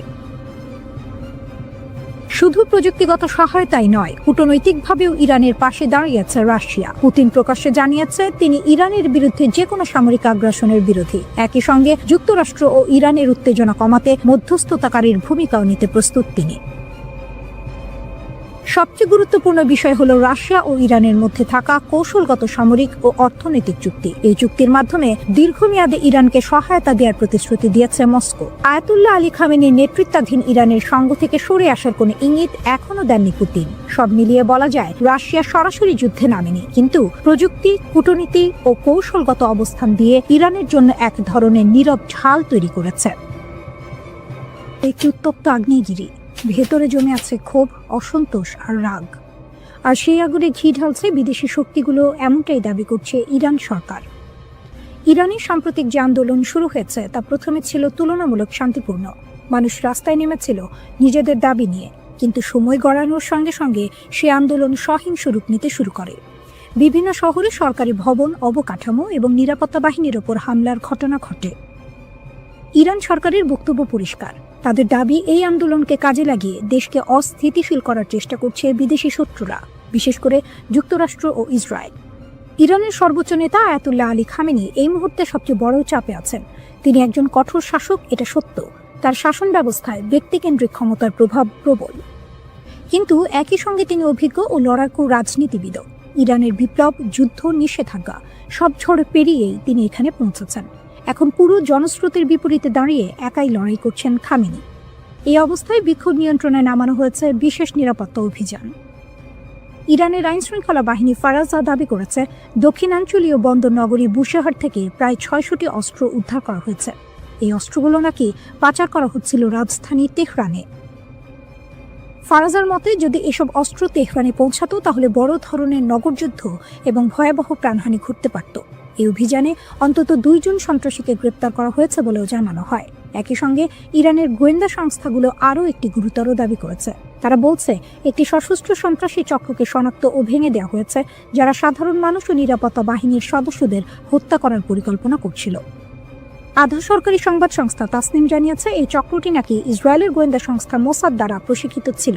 তাদের নগরযুদ্ধের বিশেষ প্রশিক্ষণ দেওয়া হয়েছিল। ইরানি গণমাধ্যমের দাবি অনুযায়ী এই সন্ত্রাসীরা সাম্প্রতিক বিক্ষোভকে ঢাল হিসেবে ব্যবহার করে রাজধানীর বিভিন্ন এলাকায় সশস্ত্র হামলা চালায়। তাদের হাতে ছিল AK-47 রাইফেল, শর্টগান এবং অন্যান্য আগ্নেয়াস্ত্র। নিরাপত্তা বাহিনীর প্রকাশিত ছবিতে দেখা যায় সন্ত্রাসীরা একে অপরের সঙ্গে যোগাযোগের জন্য স্যাটেলাইট ফোন ব্যবহার করছিল। ইরানের দাবি, এই অস্ত্র ও প্রযুক্তির মাধ্যমেই তারা সমন্বিত হামলা চালিয়ে পরিস্থিতি আরও ভয়াবহ করার চেষ্টা করেছিল। আরও গুরুতর অভিযোগ হলো এই চক্র নাকি সামরিক ও পুলিশ সদর দপ্তরে হামলা চালিয়ে সেখান থেকে অস্ত্র লুট করে এবং সেগুলো অন্য দাঙ্গাকারীদের মধ্যে বিতরণ করেছিল। উদ্দেশ্য ছিল একটাই, শহরের ভেতরে সহিংসতা নিয়ন্ত্রণের বাইরে নিয়ে যাওয়া। ইরান সরকার বরাবরই বলে আসছে এই অস্থিরতার পেছনে বিদেশি শক্তির হাত রয়েছে। তারা যুক্তরাষ্ট্র ও ইসরায়েলকে সরাসরি দায়ী করছে। এমনকি সাবেক মার্কিন পররাষ্ট্রমন্ত্রী মাইক পম্পেওর একটি সামাজিক যোগাযোগ মাধ্যমের পোস্টের কথাও তুলে ধরা হয়েছে, যেখানে ইরানের রাস্তায় বিক্ষোভকারীদের পাশে মোসাদ এজেন্টদের উপস্থিতির ইঙ্গিত দেওয়া হয়েছিল বলে দাবি করছে ইরানি পক্ষ। এছাড়াও ফার্সি ভাষায় প্রকাশিত কিছু অনলাইন বার্তায় বিক্ষোভকারীদের রাস্তায় নামার আহ্বান জানানো হয়েছিল, যেগুলো মোসাদের সঙ্গে যুক্ত বলে দাবি ইরানের। ইরানের বিপ্লবী গার্ডের জেনারেল মোহসিন রেজাই এক ভয়ঙ্কর হুমকি দিয়েছেন। তিনি সরাসরি মার্কিন প্রেসিডেন্ট ডোনাল্ড ট্রাম্পকে লক্ষ্য করে বলেছেন, ট্রাম্প বলেছেন তার হাত পিস্তলের ট্রিগারে, আমরা তার হাত এবং আঙুল কেটে ফেলব। প্রকাশ্যে তিনি এই হুমকি দিয়েছেন। জেনারেল রেজাই আরও বলেন, যদি যুক্তরাষ্ট্র হামলা চালায় ইরান তখন পর্যন্ত কোনো যুদ্ধবিরতি মেনে নেবে না যতক্ষণ না তার লক্ষ্য পূর্ণ হয়। তিনি স্পষ্ট করে বলেন, যদি যুদ্ধ এগোতে থাকে যুদ্ধবিরতি নিয়ে কোনো আলোচনা হবে না। ট্রাম্পকে সতর্ক করে তিনি যোগ করেছেন, আমরা যা সংযম এবং কৌশল দেখেছি আপনি তো উপেক্ষা করছেন, এখনই থামুন, পিছিয়ে যান, না হলে মধ্যপ্রাচ্যে আপনার কোনো ঘাঁটি নিরাপদ থাকবে না। এই হুমকির পর কিছুটা শিথিল হয়েছে উত্তেজনা। মধ্যপ্রাচ্যের উপসাগরীয় দেশগুলো সৌদি আরব, কাতার এবং ওমান যুক্তরাষ্ট্রের প্রেসিডেন্ট ট্রাম্পকে শান্ত থাকার পরামর্শ দিয়েছে। পাকিস্তানে নিযুক্ত ইরানের রাষ্ট্রদূত জানিয়েছেন, ট্রাম্প নিজে ইরানকে বলেছেন যে তার কোনো হামলার পরিকল্পনা নেই। তবে ইরান সরকার এই আশ্বাস পুরোপুরি বিশ্বাস করছে না, কারণ গত বছরের পারমাণবিক আলোচনা চলাকালীন যুক্তরাষ্ট্র ও ইসরায়েল ইরানে হামলা চালিয়েছিল। ইরান ইসরায়েলের নেতাদের মধ্যে যোগাযোগেও দেখা দিয়েছে নতুন পর্ব। রাশিয়ার প্রেসিডেন্ট ভ্লাদিমির পুতিন জানুয়ারিতে ইসরায়েলের প্রধানমন্ত্রী বেনিয়ামিন নেতানিয়াহু ও ইরানের প্রেসিডেন্ট মাসুদ পেজিশকিয়ানের সঙ্গে ফোনে কথা বলেছেন। ক্রেমলিন জানিয়েছে, পুতিন মধ্যপ্রাচ্যের সামরিক সংঘাতের আশঙ্কা দেখে উত্তেজনা কমানোর জন্য মধ্যস্থতার প্রস্তাব দিয়েছেন। ক্রেমলিনের মুখপাত্র দিমিত্রি পেসকভ বলেন, এই অঞ্চলের পরিস্থিতি অত্যন্ত সংকটাপন্ন। প্রেসিডেন্ট পুতিন উত্তেজনা হ্রাসে মধ্যস্থতার প্রচেষ্টা চালাচ্ছেন। ফোন কলে পুতিন ইরান এবং ইসরায়েলের মধ্যে কৌশলগত অংশীদারিত্ব আরও শক্তিশালী করার প্রতিশ্রুতি দিয়েছেন। অন্যদিকে ইরানের প্রেসিডেন্টের দপ্তর জানিয়েছে, পেজিশকিয়ান রাশিয়ার জন্য জাতিসংঘে ইরানের সমর্থনের প্রশংসা করেছেন। ইরান রাশিয়ার একজন কৌশলগত অংশীদার হিসেবে বিবেচিত, তাই যে কোনো সংঘাত যা ইরানের প্রো মস্কো নেতৃত্বকে হুমকির মুখে ফেলতে পারে তার বিষয়ে রাশিয়া সতর্ক।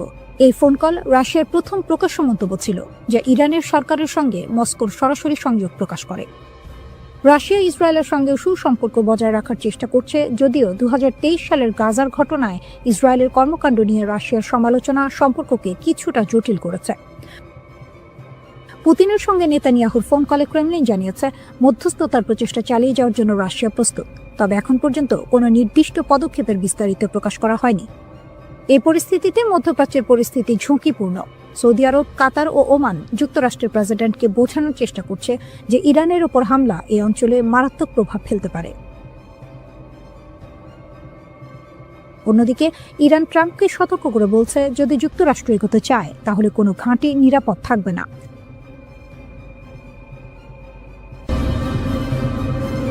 মধ্যপ্রাচ্য যেন বারুদের স্তূপ, একটু হাওয়া লাগলেই বিস্ফোরণ। ঠিক সেই মুহূর্তে এক আঞ্চলিক শক্তি স্পষ্ট করে লাইন টেনে দিল। সেই দেশটি হলো তুরস্ক। ইরানকে ঘিরে যখন উত্তেজনা চরমে, যুক্তরাষ্ট্রের প্রেসিডেন্ট ডোনাল্ড ট্রাম্প প্রকাশ্যে ইরানের বিক্ষোভকারীদের সমর্থন জানাচ্ছেন, তখন তুরস্ক বলছে ইরানের বিরুদ্ধে কোনো সামরিক অভিযান আমরা সমর্থন করি না, একদমই না।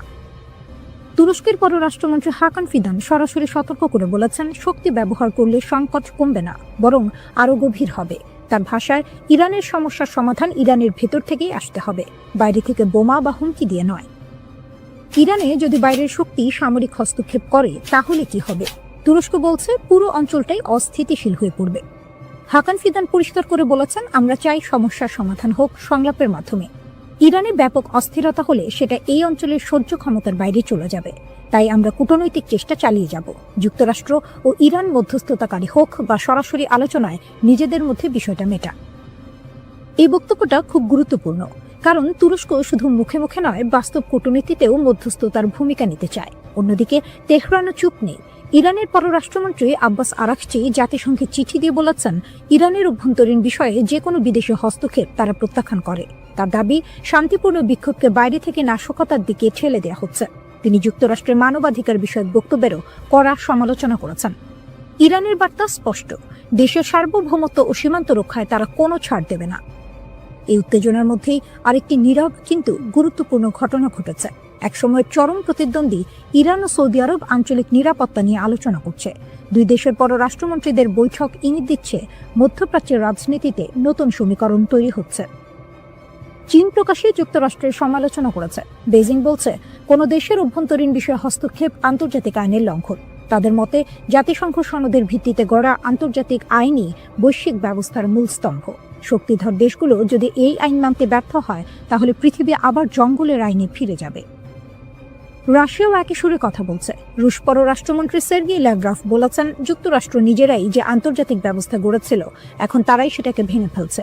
তিনি স্পষ্ট করে জানিয়েছেন, ইরান ও রাশিয়ার সম্পর্ক কোনো তৃতীয় পক্ষ ভাঙতে পারবে না। বুশেহর পারমাণবিক বিদ্যুৎ কেন্দ্র থেকে শুরু করে উত্তর দক্ষিণ করিডোর এই সহযোগিতা দীর্ঘমেয়াদী।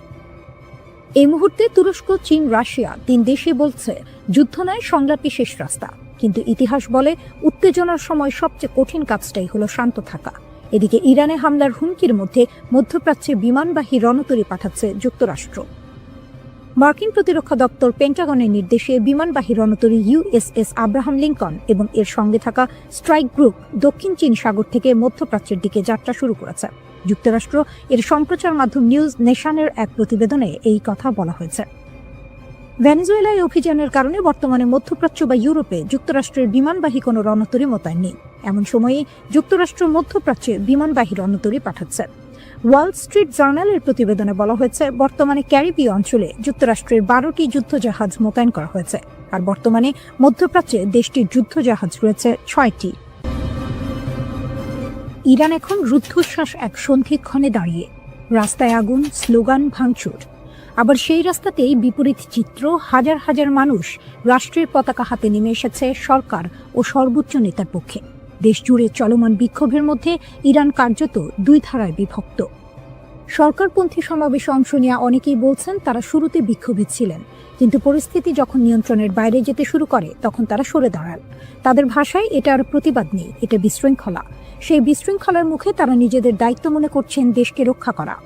রাষ্ট্রীয় টেলিভিশনে সম্প্রচারিত ভিডিওতে দেখা যায়, তেহরান সহ একাধিক শহরে বিশাল জনসমাবেশ, মানুষ হাতে ইরানের পতাকা, সর্বোচ্চ নেতার ছবি, স্লোগানে মুখর রাজপথ, নেতৃত্বের প্রতি আনুগত্যের ঘোষণা, শক্ত অবস্থানে রাষ্ট্রযন্ত্র ও তার সমর্থকরা। এই অভ্যন্তরীণ উত্তেজনার মধ্যে আন্তর্জাতিক মাত্রা যোগ করেছে ওয়াশিংটন। মার্কিন প্রেসিডেন্ট ডোনাল্ড ট্রাম্প প্রকাশ্যে হুঁশিয়ারি দিয়েছেন, বিক্ষোভকারীদের ক্ষতি হলে যুক্তরাষ্ট্র কঠোর প্রতিক্রিয়া দেখাবে। তিনি দাবি করেছেন, পরিস্থিতি খুব কাছ থেকে পর্যবেক্ষণ করা হচ্ছে। এর আগেও ট্রাম্প ইঙ্গিত দিয়েছিলেন, সহিংসতা বাড়লে যুক্তরাষ্ট্র বিক্ষোভকারীদের পাশে দাঁড়াতে পারে। ইরান এই অভিযোগ সরাসরি নাকচ করেছে। দেশটির পররাষ্ট্রমন্ত্রী আব্বাস আরাকচি অভিযোগ তুলেছেন, যুক্তরাষ্ট্র ও ইসরায়েল এই অস্থিরতার পেছনে জড়িত। তার দাবি, শান্তিপূর্ণ আন্দোলনকে সহিংসতার দিকে ঠেলে দেওয়ার চেষ্টা চলছে। একই সুরে কথা বলেছেন প্রভাবশালী রাজনীতিক আলী লারিজানিও। তাদের বক্তব্য, ভিতরের দুর্বলতাকে কাজে লাগিয়ে দেশকে অস্থিতিশীল করার চেষ্টা হচ্ছে। সর্বোচ্চ নেতা আয়াতুল্লাহ আলী খামেনি এক বিরল ভাষণে কঠোর অবস্থান স্পষ্ট করেছেন। তিনি বলেছেন, রাষ্ট্র ধ্বংসের চেষ্টা সহ্য করা হবে না। তার ভাষায়, ইসলামী প্রজাতন্ত্র ত্যাগের উপর দাঁড়িয়ে আছে এবং প্রয়োজন হলে নিজেকে রক্ষায় শক্তি প্রয়োগ করবে। সরকারি সূত্র জানায়, নিরাপত্তা বাহিনী ইতোমধ্যে ব্যাপক ধরপাকড় শুরু করেছে। শত শত মানুষ আটক, বিপুল অস্ত্র উদ্ধারের দাবিও করা হয়েছে। এই পরিস্থিতিতে ট্রাম্পের একটি সামাজিক যোগাযোগ মাধ্যম পোস্ট নতুন করে উত্তেজনা বাড়িয়েছে। সেখানে তিনি লিখেছেন, ইরান হয়তো আগে কখনো এত কাছ থেকে স্বাধীনতাকে দেখেনি। তিনি বলেন, যুক্তরাষ্ট্র সাহায্য করতে প্রস্তুত। কী ধরনের সাহায্য তা স্পষ্ট নয়, কিন্তু তেহরানের কাছে এটি স্পষ্ট বার্তা, বিদেশি হস্তক্ষেপের ইঙ্গিত। বিক্ষোভ যখন টানা দ্বিতীয় সপ্তাহে, তখন সর্বোচ্চ নেতা সরাসরি ট্রাম্পকে আক্রমণ করেছেন। তিনি তাকে অহংকারী আখ্যা দিয়ে বলেছেন, তার হাতে ইরানিদের রক্ত লেগে আছে। তিনি সতর্ক করেন, ইতিহাস বলে ক্ষমতার শীর্ষেই অনেক শাসকের পতন ঘটে। ইরানের রাষ্ট্রীয় গণমাধ্যমে দাবি করা হচ্ছে, বিদেশি শক্তির মদদে পরিকল্পিত অস্থিরতা তৈরি করা হয়েছে। তাসনিম নিউজ জানিয়েছে, 200 জনের বেশি সন্ত্রাসী সংগঠক আটক হয়েছে। গ্রেনেড থেকে শুরু করে আগ্নেয়াস্ত্র, বড় ধরনের অস্ত্র ভাণ্ডার উদ্ধারের কথাও বলা হয়েছে। এর ফলে বিক্ষোভের তীব্রতা কমেছে। IRGC-কে সর্বোচ্চ সতর্কতায় রাখা হয়েছে। সাধারণ সেনাবাহিনীর বদলে এই বাহিনীর ওপরই ভরসা করছেন সর্বোচ্চ নেতা, কারণ তাদের আনুগত্য প্রশ্নাতীত। একই সঙ্গে সক্রিয় করা হয়েছে ভূগর্ভস্থ ক্ষেপণাস্ত্র ঘাঁটি। বার্তা স্পষ্ট, ইরান প্রস্তুত দুই দিকেই। ভিতরের একদিকেই সর্বনাশ। ইরান যেভাবে ইসরায়েলিদের জালে ফাঁসালো, একটা বেনামি মেসেজ, একটা টেলিগ্রাম লিঙ্ক আর লোভনীয় অর্থের হাতছানি, এভাবেই ইরান ইসরায়েলের মাটিতে তাদের গুপ্তচর বৃত্তির জাল বিছিয়েছিল। আপাত দৃষ্টিতে নিরীহ ছোট ছোট কাজ দিয়ে শুরু, যা শেষ পর্যন্ত ইসরায়েলের জন্য বিশাল এক মাথা ব্যথার কারণ হয়ে দাঁড়িয়েছিল। কিন্তু আসল চমকটা লুকিয়ে ছিল অন্য কোথাও। 2024 সালের এপ্রিলে ইসরায়েলে ইরানের প্রথম ক্ষেপণাস্ত্র হামলার পর 30 জনেরও বেশি ইসরায়েলিকে ইরানি গোয়েন্দা সংস্থার সাথে কাজ করার অভিযোগে অভিযুক্ত করা হয়। এদের বেশিরভাগেরই গল্পটা প্রায় একই রকম। অজানা নম্বর থেকে আসা একটা মেসেজ, যেখানে সামান্য তথ্যের জন্য বা ছোটখাটো কাজের জন্য মোটা অঙ্কের টাকার প্রস্তাব। প্রথম দিকে কাজগুলো ছিল সহজ, যেমন কোনো পার্কের নির্দিষ্ট স্থানে কালো ব্যাগ পুঁতে রাখা হয়েছে কিনা তা পরীক্ষা করা। এর জন্য মিলত প্রায় $1000 মার্কিন। এরপর যখন লোভের পাল্লা ভারী হতে শুরু করলো, তখন এলো আরও বিপজ্জনক কাজের প্রস্তাব। আদালতের নথি থেকে জানা যায়, গত 1 বছর ধরে ইরানের এই গুপ্তচর বৃত্তির চেষ্টা খুব একটা ফলপ্রসূ হয়নি। তারা ইসরায়েলের উচ্চপদস্থ কর্মকর্তাদের হত্যা করার যে আকাঙ্ক্ষা করেছিল তা পূরণ করতে পারেনি। তবে তাদের কৌশল ছিল মারাত্মক কার্যকর। এত বেশি ইসরায়েলি সাধারণ অভিযান চালাতে রাজি ছিল যে কৌশলগতভাবে গুরুত্বপূর্ণ স্থানগুলির তথ্য সংগ্রহের জন্য গুপ্তচর বৃত্তি অভিযান সফল হতে পারত, যা পরবর্তীতে ইরানি ব্যালিস্টিক ক্ষেপণাস্ত্রের লক্ষ্যবস্তুতে পরিণত হতো। যোগাযোগের পদ্ধতি ছিল বেশ সহজবোধ্য। একটি টেক্সট মেসেজ, যার প্রেরক নিজেকে সংবাদ সংস্থা হিসেবে পরিচয় দিত। মেসেজে প্রায়শই যুদ্ধ সম্পর্কিত তথ্য চাওয়া হতো এবং বলা হতো, আমরা তা কিনতে প্রস্তুত। অন্য একটি মেসেজে আরও সরাসরি বলা হয়েছিল, একটি স্বাধীন জেরুজালেম মুসলমানদের একত্রিত করে, যুদ্ধ সম্পর্কে আমাদের তথ্য পাঠান। এরপরই আসতো টেলিগ্রাম অ্যাপের একটি লিঙ্ক, যেখানে নতুন করে কথোপকথন শুরু হতো। মজার বিষয় হলো, এই কথোপকথনে ইসরায়েলি নাম ব্যবহার করা হতো এবং সহজ কাজের বিনিময়ে অর্থের প্রস্তাব দেওয়া হতো। যদি কেউ আগ্রহ দেখাতো, তাহলে তাদের পেপ্যাল বা ক্রিপ্টোকারেন্সির মাধ্যমে টাকা নেওয়ার জন্য একটি অ্যাপ সেট আপ করার পরামর্শ দেওয়া হতো। 29 সেপ্টেম্বর গ্রেপ্তার হওয়া এক সন্দেহভাজনের ঘটনা ছিল চমকপ্রদ। তাকে একটি পার্কে গিয়ে একটি কালো ব্যাগ পুঁতে রাখা হয়েছে কিনা তা পরীক্ষা করতে বলা হয়েছিল। ব্যাগটি ছিল না, কিন্তু নিয়োগকারী একটি ভিডিও পাঠিয়ে তা প্রমাণ করেছিল এবং তাকে $1000 মার্কিন দেওয়া হয়েছিল। এরপর তাকে লিফলেট বিতরণ, পোস্টার লাগানো বা গ্রাফিতি স্প্রে করার মতো কাজ দেওয়া হয়েছিল, যার বেশিরভাগই ছিল ইসরায়েলি প্রধানমন্ত্রী বেনিয়ামিন নেতানিয়াহুর বিরুদ্ধে অবমাননাকর স্লোগান। এরপর এলো আরও সংবেদনশীল কাজ, ছবি তোলা। আজারবাইজান বংশোদ্ভূত এক ইসরায়েলিকে দেশের বিভিন্ন স্পর্শকাতর স্থাপনার ছবি তোলার জন্য ভাড়া করা হয়েছিল। এমনকি এই কাজকে সে পারিবারিক ব্যবসায় পরিণত করেছিল। সে তার আত্মীয়দের হাইফা বন্দরের সুবিধাগুলোর ছবি তুলতে সাহায্য করেছিল, যা পরে ইরানি ক্ষেপণাস্ত্রের আঘাতে ক্ষতিগ্রস্ত হয়। 72 বছর বয়সী মরতে চাই মতি মামান এর ঘটনাটি ছিল আরও নাটকীয়। তার অর্থের প্রয়োজন ছিল এবং তুরস্কের 2 ব্যবসায়ী ভাইয়ের মাধ্যমে তার পরিচয় হয় এডি নামের এক ইরানি ব্যবসায়ীর সাথে। এডি শুকনো ফল এবং মশলা আমদানি করত। মামানকে সাইপ্রাস হয়ে সামান্দাগে উড়ে যেতে বলা হয়।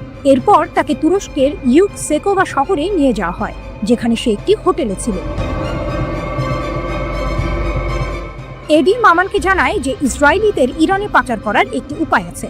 মামান রাজি হয় এবং একটি ট্রাকে লুকিয়ে ইরানে প্রবেশ করে। সেখানে এডি এবং একজন দ্বিতীয় ইরানি কর্মকর্তা মামানের সাথে একটি বিলাসবহুল হোটেলে দেখা করে এবং 3টি কাজের জন্য তাকে হাজার হাজার ডলারের প্রস্তাব দেয়। ইসরায়েলের নির্দিষ্ট স্থানে টাকা বা বন্দুক রেখে আসা, জনাকীর্ণ স্থানের ছবি তোলা এবং অন্যান্য এজেন্টদের হুমকি দেয়া, যারা শত্রুতাপূর্ণ মিশন পরিচালনার জন্য ইরান থেকে তহবিল পেয়েছিল কিন্তু আসলে তাদের মিশন সম্পাদন করেনি।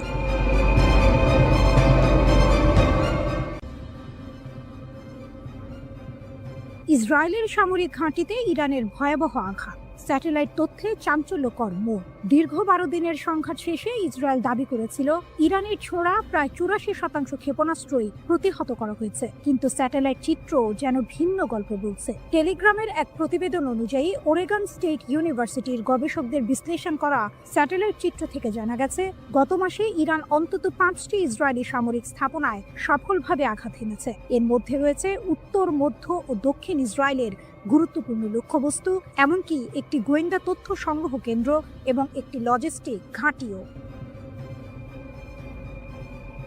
রাডার স্যাটেলাইট ডেটা, লুকানো সত্যের উন্মোচন। এক চাঞ্চল্যকর তথ্য উঠে এসেছে রাডার স্যাটেলাইট ডেটার ভিত্তিতে। এই ডেটা ক্ষেপণাস্ত্র হামলার সাথে সামঞ্জস্যপূর্ণ বিস্ফোরণের ক্ষয়ক্ষতি স্পষ্টভাবে চিহ্নিত করেছে। ইসরায়েলি সামরিক বাহিনী কঠোর সেন্সরশিপ আইনের কারণে এই হামলার তথ্য আগে প্রকাশ করেনি। এমনকি যোগাযোগ করা হলে ইসরায়েলি সেনাবাহিনী এই বিষয়ে কোনো মন্তব্য করতে অস্বীকৃতি জানিয়েছে। ইসরায়েলি সামরিক সেন্সরশিপ আইন সক্রিয় সংঘাতের সময় সংবেদনশীল নিরাপত্তা তথ্য প্রকাশে কঠোর বিধিনিষেধ আরোপ করে, যা এই গোপনীয়তার মূল কারণ। বিমান প্রতিরক্ষা ব্যবস্থার দুর্বলতা, কৌশলগত বিপর্যয়। টেলিগ্রাফের প্রতিবেদন আরও বলছে, সংঘাতের প্রথম 8 দিনে ইরানের ক্রমবর্ধমান সংখ্যক ক্ষেপণাস্ত্র ইসরায়েলের বহুল আলোচিত বিমান প্রতিরক্ষা ব্যবস্থায় সফলভাবে প্রবেশ করেছে। বিশ্লেষকরা মনে করছেন সীমিত ইন্টারসেপ্টর ক্ষেপণাস্ত্র সরবরাহ, ইরানের আরও উন্নত প্রযুক্তি অথবা আক্রমণ কৌশলের পরিবর্তনের কারণে এটি ঘটেছে। ইরান ইসরায়েলের বিমান প্রতিরক্ষা ব্যবস্থাকে পরাজিত করার জন্য এক অভিনব কৌশল ব্যবহার করেছে, ড্রোন এবং ক্ষেপণাস্ত্র হামলা। এই কৌশল অনুযায়ী আত্মঘাতী ড্রোনগুলো প্রথমে নিক্ষেপ করা হয়, যা ইসরায়েলি প্রতিরক্ষা ব্যবস্থাকে ব্যস্ত ও বিভ্রান্ত করে তোলে। যখন প্রতিরক্ষা ব্যবস্থা ড্রোনগুলোকে প্রতিহত করতে ব্যস্ত থাকে, তখন মূল ক্ষেপণাস্ত্রগুলো সফলভাবে লক্ষ্যবস্তুতে আঘাত হানে। নাম প্রকাশ না করার শর্তে টেলিগ্রাফকে একজন জ্যেষ্ঠ ইরানি কর্মকর্তা বলেছেন, এই ড্রোন ব্যবহার ছিল ইসরায়েলি প্রতিরক্ষা ব্যবস্থাকে পরাস্ত করার একটি ইচ্ছাকৃত কৌশল। ড্রোন নিক্ষেপের মূল লক্ষ্য হলো তাদের সিস্টেমগুলোকে ব্যস্ত রাখা, ওই কর্মকর্তা বলেন। সংঘাতের অপ্রত্যাশিত বাঁক, ইরানের প্রতিশোধ ও মার্কিন যুক্তরাষ্ট্রের হস্তক্ষেপ। 13 জুন ইসরায়েলি সরকার ইরানের বিরুদ্ধে বেআইনি আগ্রাসন শুরু করে, যার ফলে অনেক জ্যেষ্ঠ কমান্ডার, পারমাণবিক বিজ্ঞানী এবং সাধারণ নাগরিক নিহত হন। এর প্রতিক্রিয়ায় ইরান 24 ঘন্টারও কম সময়ের মধ্যে ক্ষেপণাস্ত্র ও ড্রোন হামলা চালিয়ে প্রতিশোধ নেয়। এরপর ট্রু প্রমিস 3 এর অধীনে ধারাবাহিক প্রতিশোধমূলক অভিযান চালানো হয়। যুদ্ধ আরও তীব্র হয় যখন 22 জুন মার্কিন যুক্তরাষ্ট্র ইসরায়েলের পক্ষে যুদ্ধে প্রবেশ করে। মার্কিন বোমারু বিমান আন্তর্জাতিক আইন লঙ্ঘন করে 3টি ইরানি পারমাণবিক স্থাপনায় আঘাত হানে। এর জবাবে ইরান আত্মরক্ষার জন্য কাতারের আল উদেইদ বিমান ঘাঁটিতে ক্ষেপণাস্ত্র হামলা চালায়, যা পশ্চিম এশিয়ার বৃহত্তম মার্কিন সামরিক বিমান ঘাঁটি। অবশেষে যুদ্ধবিধ্বস্ত ইসরায়েলি সরকার 24 জুন একতরফাভাবে একটি যুদ্ধবিরতি চুক্তি মেনে নিতে বাধ্য হয়।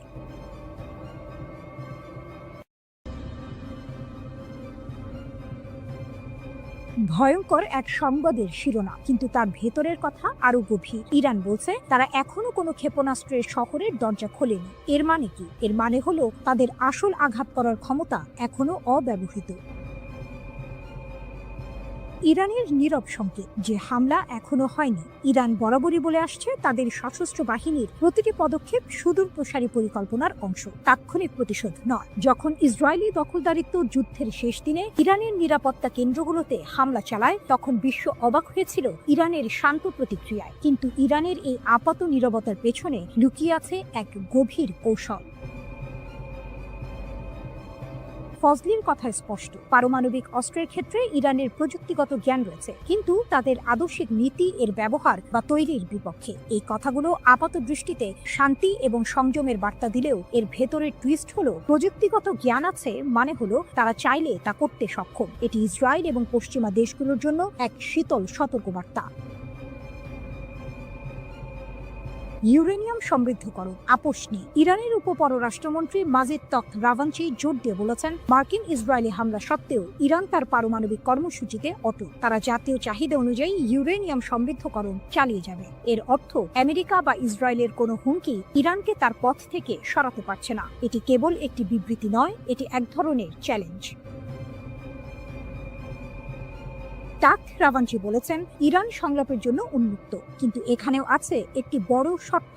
ভবিষ্যতের আলোচনার জন্য আমেরিকার পক্ষ থেকে বিশ্বাসযোগ্য গ্যারান্টি প্রয়োজন। ইরান চায় আমেরিকা তাদের বোঝাক যে আলোচনার সময় তারা সামরিক শক্তি ব্যবহার করবে না। এটি ইরানের পক্ষ থেকে একটি কড়া বার্তা। যদি আমেরিকা ইরানের বিশ্বাস অর্জন করতে না পারে, তাহলে আলোচনার কোনো সম্ভাবনাই নেই। এই শর্তটি অত্যন্ত গুরুত্বপূর্ণ, কারণ এটি স্পষ্ট করে দিচ্ছে যে ইরান শুধুমাত্র কথার কথা নয়, কাজের প্রমাণ চাইছে। আসল টুইস্ট হলো, ইরান যখন বলছে তারা এখনো কোনো ক্ষেপণাস্ত্র শহরের দরজা খোলেনি, তার মানে হলো তাদের প্রকৃত সামরিক সক্ষমতা এখনো অব্যবহৃত। তারা তাৎক্ষণিক প্রতিক্রিয়া দেখাচ্ছে না, কারণ তাদের পরিকল্পনা দীর্ঘমেয়াদী। তারা হয়তো এমন একদিনের জন্য অপেক্ষা করছে যখন তাদের আঘাত হবে অপ্রতিরোধ্য। পারমাণবিক অস্ত্রের প্রযুক্তিগত জ্ঞান থাকা সত্ত্বেও তা ব্যবহার না করার কথা বলা, কিন্তু ইউরেনিয়াম সমৃদ্ধকরণ চালিয়ে যাওয়া, এই দুইয়ের মধ্যে একটি সূক্ষ্ম টানাপোড়েন রয়েছে। ইরান হয়তো বোঝাতে চাইছে যে তাদের ক্ষমতা আছে, কিন্তু তারা তা সংযত রাখছে। এই সংযমই তাদের সবচেয়ে বড় কৌশলগত অস্ত্র। তারা সংলাপের জন্য উন্মুক্ত, কিন্তু শর্ত দিচ্ছে আমেরিকার বিশ্বাসযোগ্যতার উপর। এর মানে ইরান দুর্বল নয়, বরং তারা চাইছে শক্তিশালী অবস্থানের ভিত্তিতে আলোচনা করতে। আগামী দিনে এই পরিস্থিতি কোন দিকে মোড় নেয় তা দেখার জন্য বিশ্ব অধীর আগ্রহে অপেক্ষা করছে। ইরান বলছে ইসরায়েলের সাথে যুদ্ধে ব্যবহৃত ক্ষেপণাস্ত্র শক্তির মাত্র 1/4। ব্রিগেডিয়ার জেনারেল আলী ফজলি দাবি করেছেন, সেজ্জিল ক্ষেপণাস্ত্র ইসরায়েলকে অবাক করে দিয়েছিল। তিনি জানিয়েছেন, ইরান বছরের পর বছর ধরে শত্রুর সাথে যে কোনো সম্ভাব্য সংঘর্ষের জন্য প্রস্তুতি নিচ্ছে।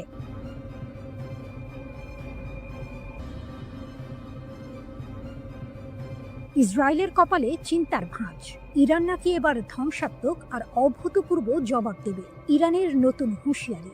ইসরায়েলের কপালে কি আছে? মধ্যপ্রাচ্যের রাজনীতিতে আবারও উত্তাপ ছড়িয়েছে। ইরানের শীর্ষ সামরিক কর্মকর্তারা ইসরায়েলের বিরুদ্ধে কড়া হুঁশিয়ারি দিয়েছেন। ভবিষ্যতে কোনো আগ্রাসন চালালে ইরান নাকি জোরালোভাবে লড়াই করবে। তাদের কথা শুনে মনে হচ্ছে এবার পরিস্থিতি আরও গুরুতর হতে চলেছে।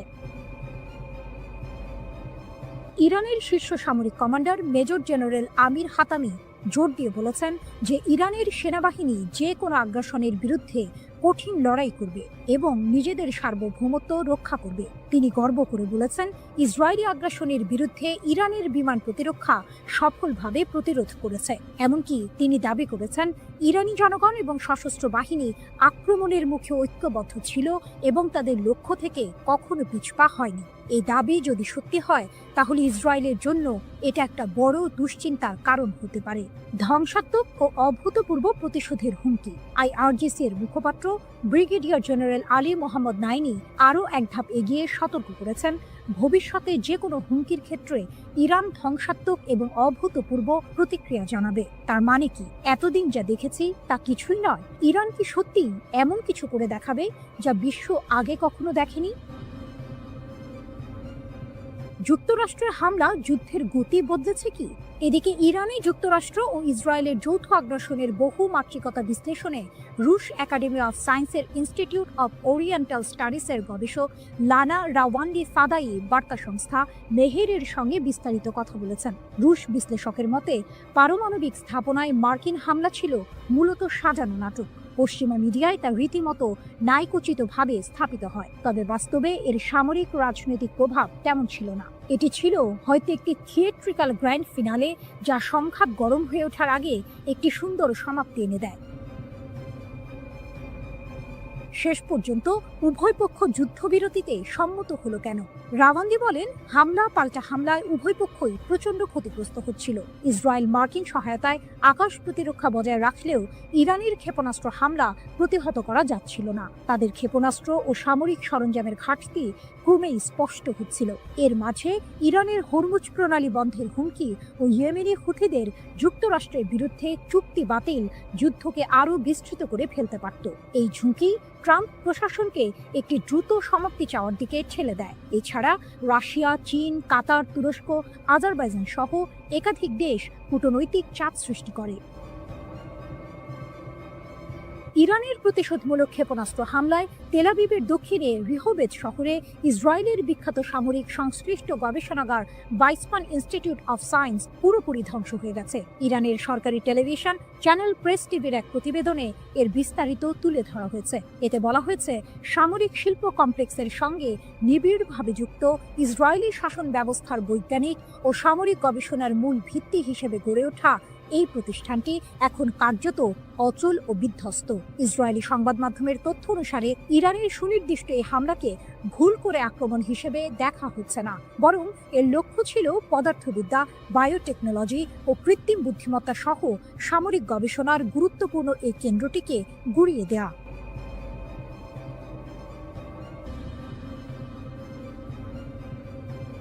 গরম খবর, আবারও উত্তপ্ত মধ্যপ্রাচ্য। ইসরায়েল যদি ফের কোনো ভুল করে তাহলে নাকি আরো কঠিন থাপ্পড় খাবে, এমনটাই হুমকি দিলেন ইরানের শীর্ষ জেনারেল আব্দুর রহিম মুসাভি। শুনে মনে হচ্ছে এবার বুঝি আর ছোটখাটো হুমকি নয়, আসল যুদ্ধের দামামা বাজছে। লেবাননের একটি টিভি চ্যানেলে দেওয়া সাক্ষাৎকারে ইরানের সশস্ত্র বাহিনীর প্রধান major general Abdur Rahim Musavi সরাসরি হুমকি দিয়েছেন ইসরায়েলকে। তার কথা পরিষ্কার, গত মাসে ইসরায়েল আর আমেরিকার হামলার জবাবে ইরান নাকি তাদের সব শক্তি ব্যবহার করেনি, অর্থাৎ যা হয়েছে তা নাকি ছিল শুধুই ট্রেলার। যদি ইসরায়েল আবার একই ভুল করে তাহলে ইরান জাতি আর তাদের সেনাবাহিনী নাকি ইসরায়েলকে আরো কঠিন থাপ্পড় দেবে। 13ই জুন ইসরায়েল বিনা প্ররোচনায় ইরানের উপর হামলা চালায়। সেই হামলায় সামরিক কমান্ডার থেকে শুরু করে পরমাণু বিজ্ঞানী এমনকি সাধারণ মানুষও মারা যান। এর এক সপ্তাহ পর যুক্তরাষ্ট্র যুদ্ধে নেমে পড়ে। আন্তর্জাতিক আইন, জাতিসংঘ সনদ সবকিছু তোয়াক্কা না করে তারা ইরানের 3টি পরমাণু স্থাপনায় বোমা হামলা চালায়। যখন ইসরায়েল আর যুক্তরাষ্ট্র হামলা চালাচ্ছে তখন কি ইরান চুপচাপ বসেছিল? মোটেও না। প্রতিশোধ হিসেবে ইরানের সশস্ত্র বাহিনী ইসরায়েলের দখলে থাকা কৌশলগত স্থাপনাগুলোতে আঘাত হানে। এখানেই শেষ নয়, পশ্চিম এশিয়ার সবচেয়ে বড় মার্কিন সামরিক ঘাঁটি কাতারের আল উদেইদ মার্কিন ঘাঁটিকেও তারা টার্গেট করে। এটা শুনে নিশ্চয়ই অনেকেই অবাক হচ্ছেন। ইরান এতদিন ধরে শুধু হুমকি দিয়ে আসছিল, কিন্তু এবার তারা সরাসরি পাল্টা হামলা চালিয়েছে। 24 জুন ইরান সফলভাবে প্রতিশোধমূলক অভিযান চালিয়ে ইসরায়েল এবং যুক্তরাষ্ট্রের হামলা বন্ধ করতে সক্ষম হয়। শীর্ষ জেনারেলের দাবি, ইসরায়েল নাকি যুদ্ধবিরতির জন্য অনুরোধ করতে বাধ্য হয়েছিল যাতে তারা নিজেদের গুছিয়ে নিতে পারে। এই তথ্য যদি সত্যি হয় তাহলে পরিস্থিতি কিন্তু আরো ঘোলাটে, কারণ এতদিন আমরা যা জেনে এসেছিলাম তার চেয়ে আসল চিত্রটি হয়তো আরো ভিন্ন। যুক্তরাষ্ট্রের প্রত্যক্ষ সমর্থনেই মূলত ইরানে হামলা চালায় যুদ্ধবাজ ইসরায়েল। তবে পরের দিকে এই আগ্রাসন প্রবল প্রতিরোধের মুখে পড়ে এবং শেষ পর্যন্ত আন্তর্জাতিক কূটনীতির মাধ্যমে একটি যুদ্ধবিরতিতে পৌঁছায়। অপ্রকাশিত ক্ষমতা ও নতুন পর্যায়। মেজর জেনারেল মুসাভি আরও সতর্ক করেছেন, যদি যুদ্ধ দীর্ঘায়িত হয় এবং একটি নতুন পর্যায়ে প্রবেশ করে তাহলে ইসরায়েল নাকি ইরানের এমন ক্ষমতা দেখতে পাবে যা এখনো কাজে লাগানো হয়নি, অর্থাৎ ইরান নাকি তাদের আসল শক্তি এখনো দেখায়নি। তিনি এটাও বলেছেন, বছরের পর বছর ধরে ইসরায়েল আর তাদের সমর্থকরা ইরানের ওপর আঘাত হানার জন্য শক্তি সঞ্চয় করে আসছে। তাদের উদ্দেশ্য হলো পরমাণু ইস্যুকে অজুহাত হিসেবে ব্যবহার করে ইরানকে বিভক্ত করা, কিন্তু ইরান তাদের মৌলিক নীতি থেকে কখনো সরে আসবে না, যার মধ্যে ফিলিস্তিন ও তাদের জনগণের প্রতি সমর্থনও রয়েছে। তাহলে কি ইসরায়েল আর ইরান আবারও একটি বড় যুদ্ধের দিকে এগোচ্ছে?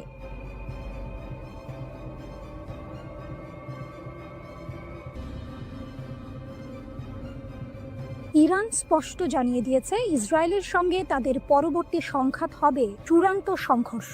রাশিয়ার সংবাদ মাধ্যম আরটিকে দেয়া এক সাক্ষাৎকারে ইরানের একটি সূত্র এই তথ্য নিশ্চিত করেছে। এই ঘোষণা মধ্যপ্রাচ্যে নতুন করে উত্তেজনার পারদ চড়িয়ে দিয়েছে, কারণ ইরান বিশ্বাস করে তারা এখন ইসরায়েলের দুর্বলতা সম্পর্কে ওয়াকিবহাল এবং তাদের হাতে এমন উন্নত ক্ষেপণাস্ত্র রয়েছে যা ইসরায়েলের আকাশ প্রতিরক্ষা ব্যবস্থাকে সহজেই ভেদ করতে পারে। গত 13ই জুন ইসরায়েল ইরানের ওপর হামলা চালায়। ইহুদিবাদী দেশটির দাবি ছিল তেহরান পারমাণবিক বোমা তৈরির শেষ পর্যায়ে পৌঁছে গেছে। এই হামলায় ইরানের পারমাণবিক ও সামরিক স্থাপনাগুলো ক্ষতিগ্রস্ত হয়, শত শত মানুষ এবং পারমাণবিক কর্মসূচির সঙ্গে জড়িত বেশ কয়েকজন উচ্চপদস্থ সামরিক কর্মকর্তা ও বিজ্ঞানী নিহত হন। এরপর 22 জুন যুক্তরাষ্ট্র ইরানের 3টি পারমাণবিক স্থাপনায় হামলা চালায়, যার মধ্যে ছিল নাতানজ ও ফোর্দোর ইউরেনিয়াম সমৃদ্ধকরণ কেন্দ্র। তেহরান অবশ্য বরাবরই সামরিক উদ্দেশ্যে পারমাণবিক কর্মসূচি পরিচালনার অভিযোগ অস্বীকার করে আসছে। পাল্টা জবাব হিসেবে ইরান কামিকাজে ড্রোন ও ক্ষেপণাস্ত্র হামলা চালায়, যা সরাসরি ইসরায়েল ও কাতারে অবস্থিত যুক্তরাষ্ট্রের আল উদেইদ বিমান ঘাঁটিতে আঘাত হানে। 12 দিনব্যাপী এই সংঘাত শেষ হয় যুক্তরাষ্ট্রের মধ্যস্থতায় হওয়া এক যুদ্ধবিরতির মাধ্যমে, যা এখনও কার্যকর রয়েছে। ইসরায়েলের দুর্বলতা উন্মোচিত। আরটিকে দেওয়া মন্তব্যে তেহরানের সূত্রটি জানায়, সাম্প্রতিক উত্তেজনার সময় ইরান ইসরায়েলি শাসনের দুর্বলতা শনাক্ত করতে পেরেছে। এটি একটি চাঞ্চল্যকর দাবি যা ইসরায়েলের প্রতিরক্ষা সক্ষমতা নিয়ে প্রশ্ন তুলেছে। সূত্রটি আরও দাবি করে যে ইরানের কাছে এখনও নতুন প্রজন্মের হাজার হাজার ক্ষেপণাস্ত্র রয়েছে এবং যুদ্ধ শুরু হলে প্রতিদিন অন্তত কয়েকশো ক্ষেপণাস্ত্র ইসরায়েলের দিকে ছোঁড়া হবে। যদি এই দাবি সত্য হয়, তাহলে ইসরায়েলের আকাশ প্রতিরক্ষা ব্যবস্থার জন্য এটি এক বিশাল চ্যালেঞ্জ হবে। এমনকি উন্নত আয়রন ডোমও এত সংখ্যক ক্ষেপণাস্ত্র মোকাবিলায় কতটা সফল হবে তা নিয়ে সন্দেহ থেকেই যায়। এই সংঘাতের জন্য ইরান শুধু সামরিকভাবেই প্রস্তুত নয়, বরং অভ্যন্তরীণ সমর্থনও পাচ্ছে বলে দাবি করা হয়েছে। সূত্রটি জানায়, দেশের জনগণ এবং প্রবাসী ইরানিদের কাছ থেকে সরকার অভূতপূর্ব সামাজিক সমর্থন পাচ্ছে। এটি নিঃসন্দেহে তেহরানের আত্মবিশ্বাস বাড়াচ্ছে। যদিও ইরান জানে যে যে কোনো সংঘাতে যুক্তরাষ্ট্র ইসরায়েলের পাশে দাঁড়াবে, তবুও তেহরান এই চ্যালেঞ্জ মোকাবিলা করতে প্রস্তুত বলেও উল্লেখ করা হয়েছে।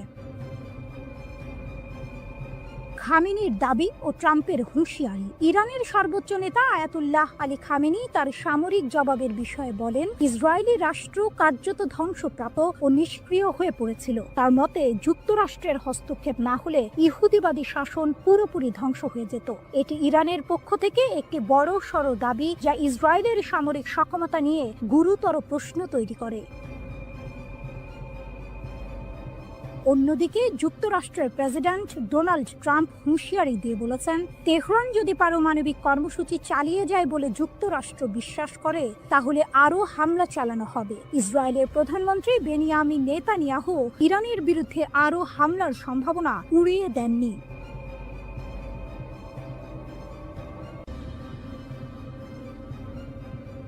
মোসাদ এজেন্টদের জালে ইরান, বিপুল অস্ত্র সহ গ্রেপ্তার 50। মাত্র 2 সপ্তাহে ইরান 50 জন মোসাদ এজেন্টকে গ্রেপ্তার করে বিশ্বকে চমকে দিয়েছে। ইরানের Islamic revolutionary guard corps IRGC দক্ষিণ পূর্বাঞ্চলীয় সিস্তান ও বালুচেস্তান প্রদেশে এই এজেন্টদের আটক করেছে। শুধু তাই নয়, তাদের কাছ থেকে মার্কিন তৈরি অত্যাধুনিক অস্ত্রশস্ত্র ও সামরিক সরঞ্জাম জব্দ করা হয়েছে। IRGC জানিয়েছে, এই এজেন্টরা ইরানের গুরুত্বপূর্ণ অবকাঠামো এবং অর্থনৈতিক কেন্দ্রগুলোতে নাশকতামূলক কর্মকাণ্ড চালানোর পরিকল্পনা করছিল। অস্ত্র পাচারের বিশাল চেষ্টা ব্যর্থ, 22,000 গুলিসহ আটক 3। এই ঘটনার পাশাপাশি ইরানের পশ্চিম লোরেস্তান প্রদেশের পুলিশ সামরিক গোলা বারুদের একটি বিশাল পাচার চক্র ভেঙে দিয়েছে। পোল-ই-দোখতার শহরে একটি অভিযানে 22,000-এরও বেশি কালাশনিকভ গুলি জব্দ করা হয়েছে এবং 3 জন সন্দেহভাজনকে গ্রেপ্তার করা হয়েছে। লোরেস্তানের পুলিশ প্রধান ব্রিগেডিয়ার জেনারেল ইয়াহিয়া এলাহি জানিয়েছেন, পুলিশ গোয়েন্দা ইউনিটগুলো একটি মহাসড়কে দুটি গাড়ির সন্দেহজনক কার্যকলাপ লক্ষ্য করে এই অভিযান শুরু করে। পাচারকারীরা পালিয়ে যাওয়ার চেষ্টা করলেও পুলিশ গুলি চালিয়ে তাদের গাড়ি নিষ্ক্রিয় করে এবং সফলভাবে তাদের আটক করে। ধারণা করা হচ্ছে এই গোলাবারুদ ইরানের পশ্চিমাঞ্চল থেকে লোড করে দেশের দক্ষিণাঞ্চলে পাচারের উদ্দেশ্যে ছিল, যা একটি বৃহত্তর অস্ত্র পাচার নেটওয়ার্কের অংশ। ইসরায়েলের ষড়যন্ত্র নসর, অভ্যন্তরীণ নিরাপত্তা জোরদার। 13 জুন ইরানে ইসরায়েলি হামলার পর থেকে ইরান তাদের অভ্যন্তরীণ নিরাপত্তা জোরদার করেছে এবং বিভিন্ন প্রদেশে গুপ্তচরদের বিরুদ্ধে কঠোর ব্যবস্থা নিচ্ছে। ইরানের বিচার বিভাগের মুখপাত্র আসগর জাহাঙ্গীর ঘোষণা করেছেন, ইসরায়েলি শত্রু ভাবাপন্ন কর্মী এবং গুপ্তচরদের একটি নেটওয়ার্কের মাধ্যমে ইরানের অভ্যন্তরীণ নিরাপত্তাকে ক্ষতিগ্রস্ত করার চেষ্টা করছিল। তাদের লক্ষ্য ছিল সামরিক হামলার পাশাপাশি দেশে বিশৃঙ্খলা ও নাশকতামূলক কর্মকাণ্ড চালানো। জাহাঙ্গীর দৃঢ়তার সাথে বলেছেন যে বিচার বিভাগীয় এবং নিরাপত্তা সংস্থাগুলোর সিদ্ধান্তমূলক পদক্ষেপের কারণে এই সমস্ত ষড়যন্ত্র ব্যর্থ করা হয়েছে। তিনি আরও জানান, বিশ্বাসঘাতকদের বিচার করতে এবং ইসরায়েলের সাথে যুক্ত ভার্চুয়াল অ্যাকাউন্টগুলো ট্র্যাক করার জন্য প্রদেশগুলোতে বিশেষ বিচার বিভাগীয় শাখা খোলা হয়েছে। 12 দিন ধরে চলা সংঘাতে শত শত যুদ্ধ বিমান, সশস্ত্র ড্রোন ও ক্ষেপণাস্ত্র ব্যবহার করে ইরানে হামলা চালিয়েছে ইসরায়েলি সেনাবাহিনী। তবে এই সংঘাতে ইসরায়েলকে সবচেয়ে বেশি সাফল্য এনে দিয়েছে অভিনব একটি কৌশল, আর তা হলো গোপনে ইরানের অভ্যন্তরে ঢুকে সেখান থেকে বিভিন্ন অভিযান পরিচালনা, স্থিরতা ও বাইরের চাপ মোকাবিলায়।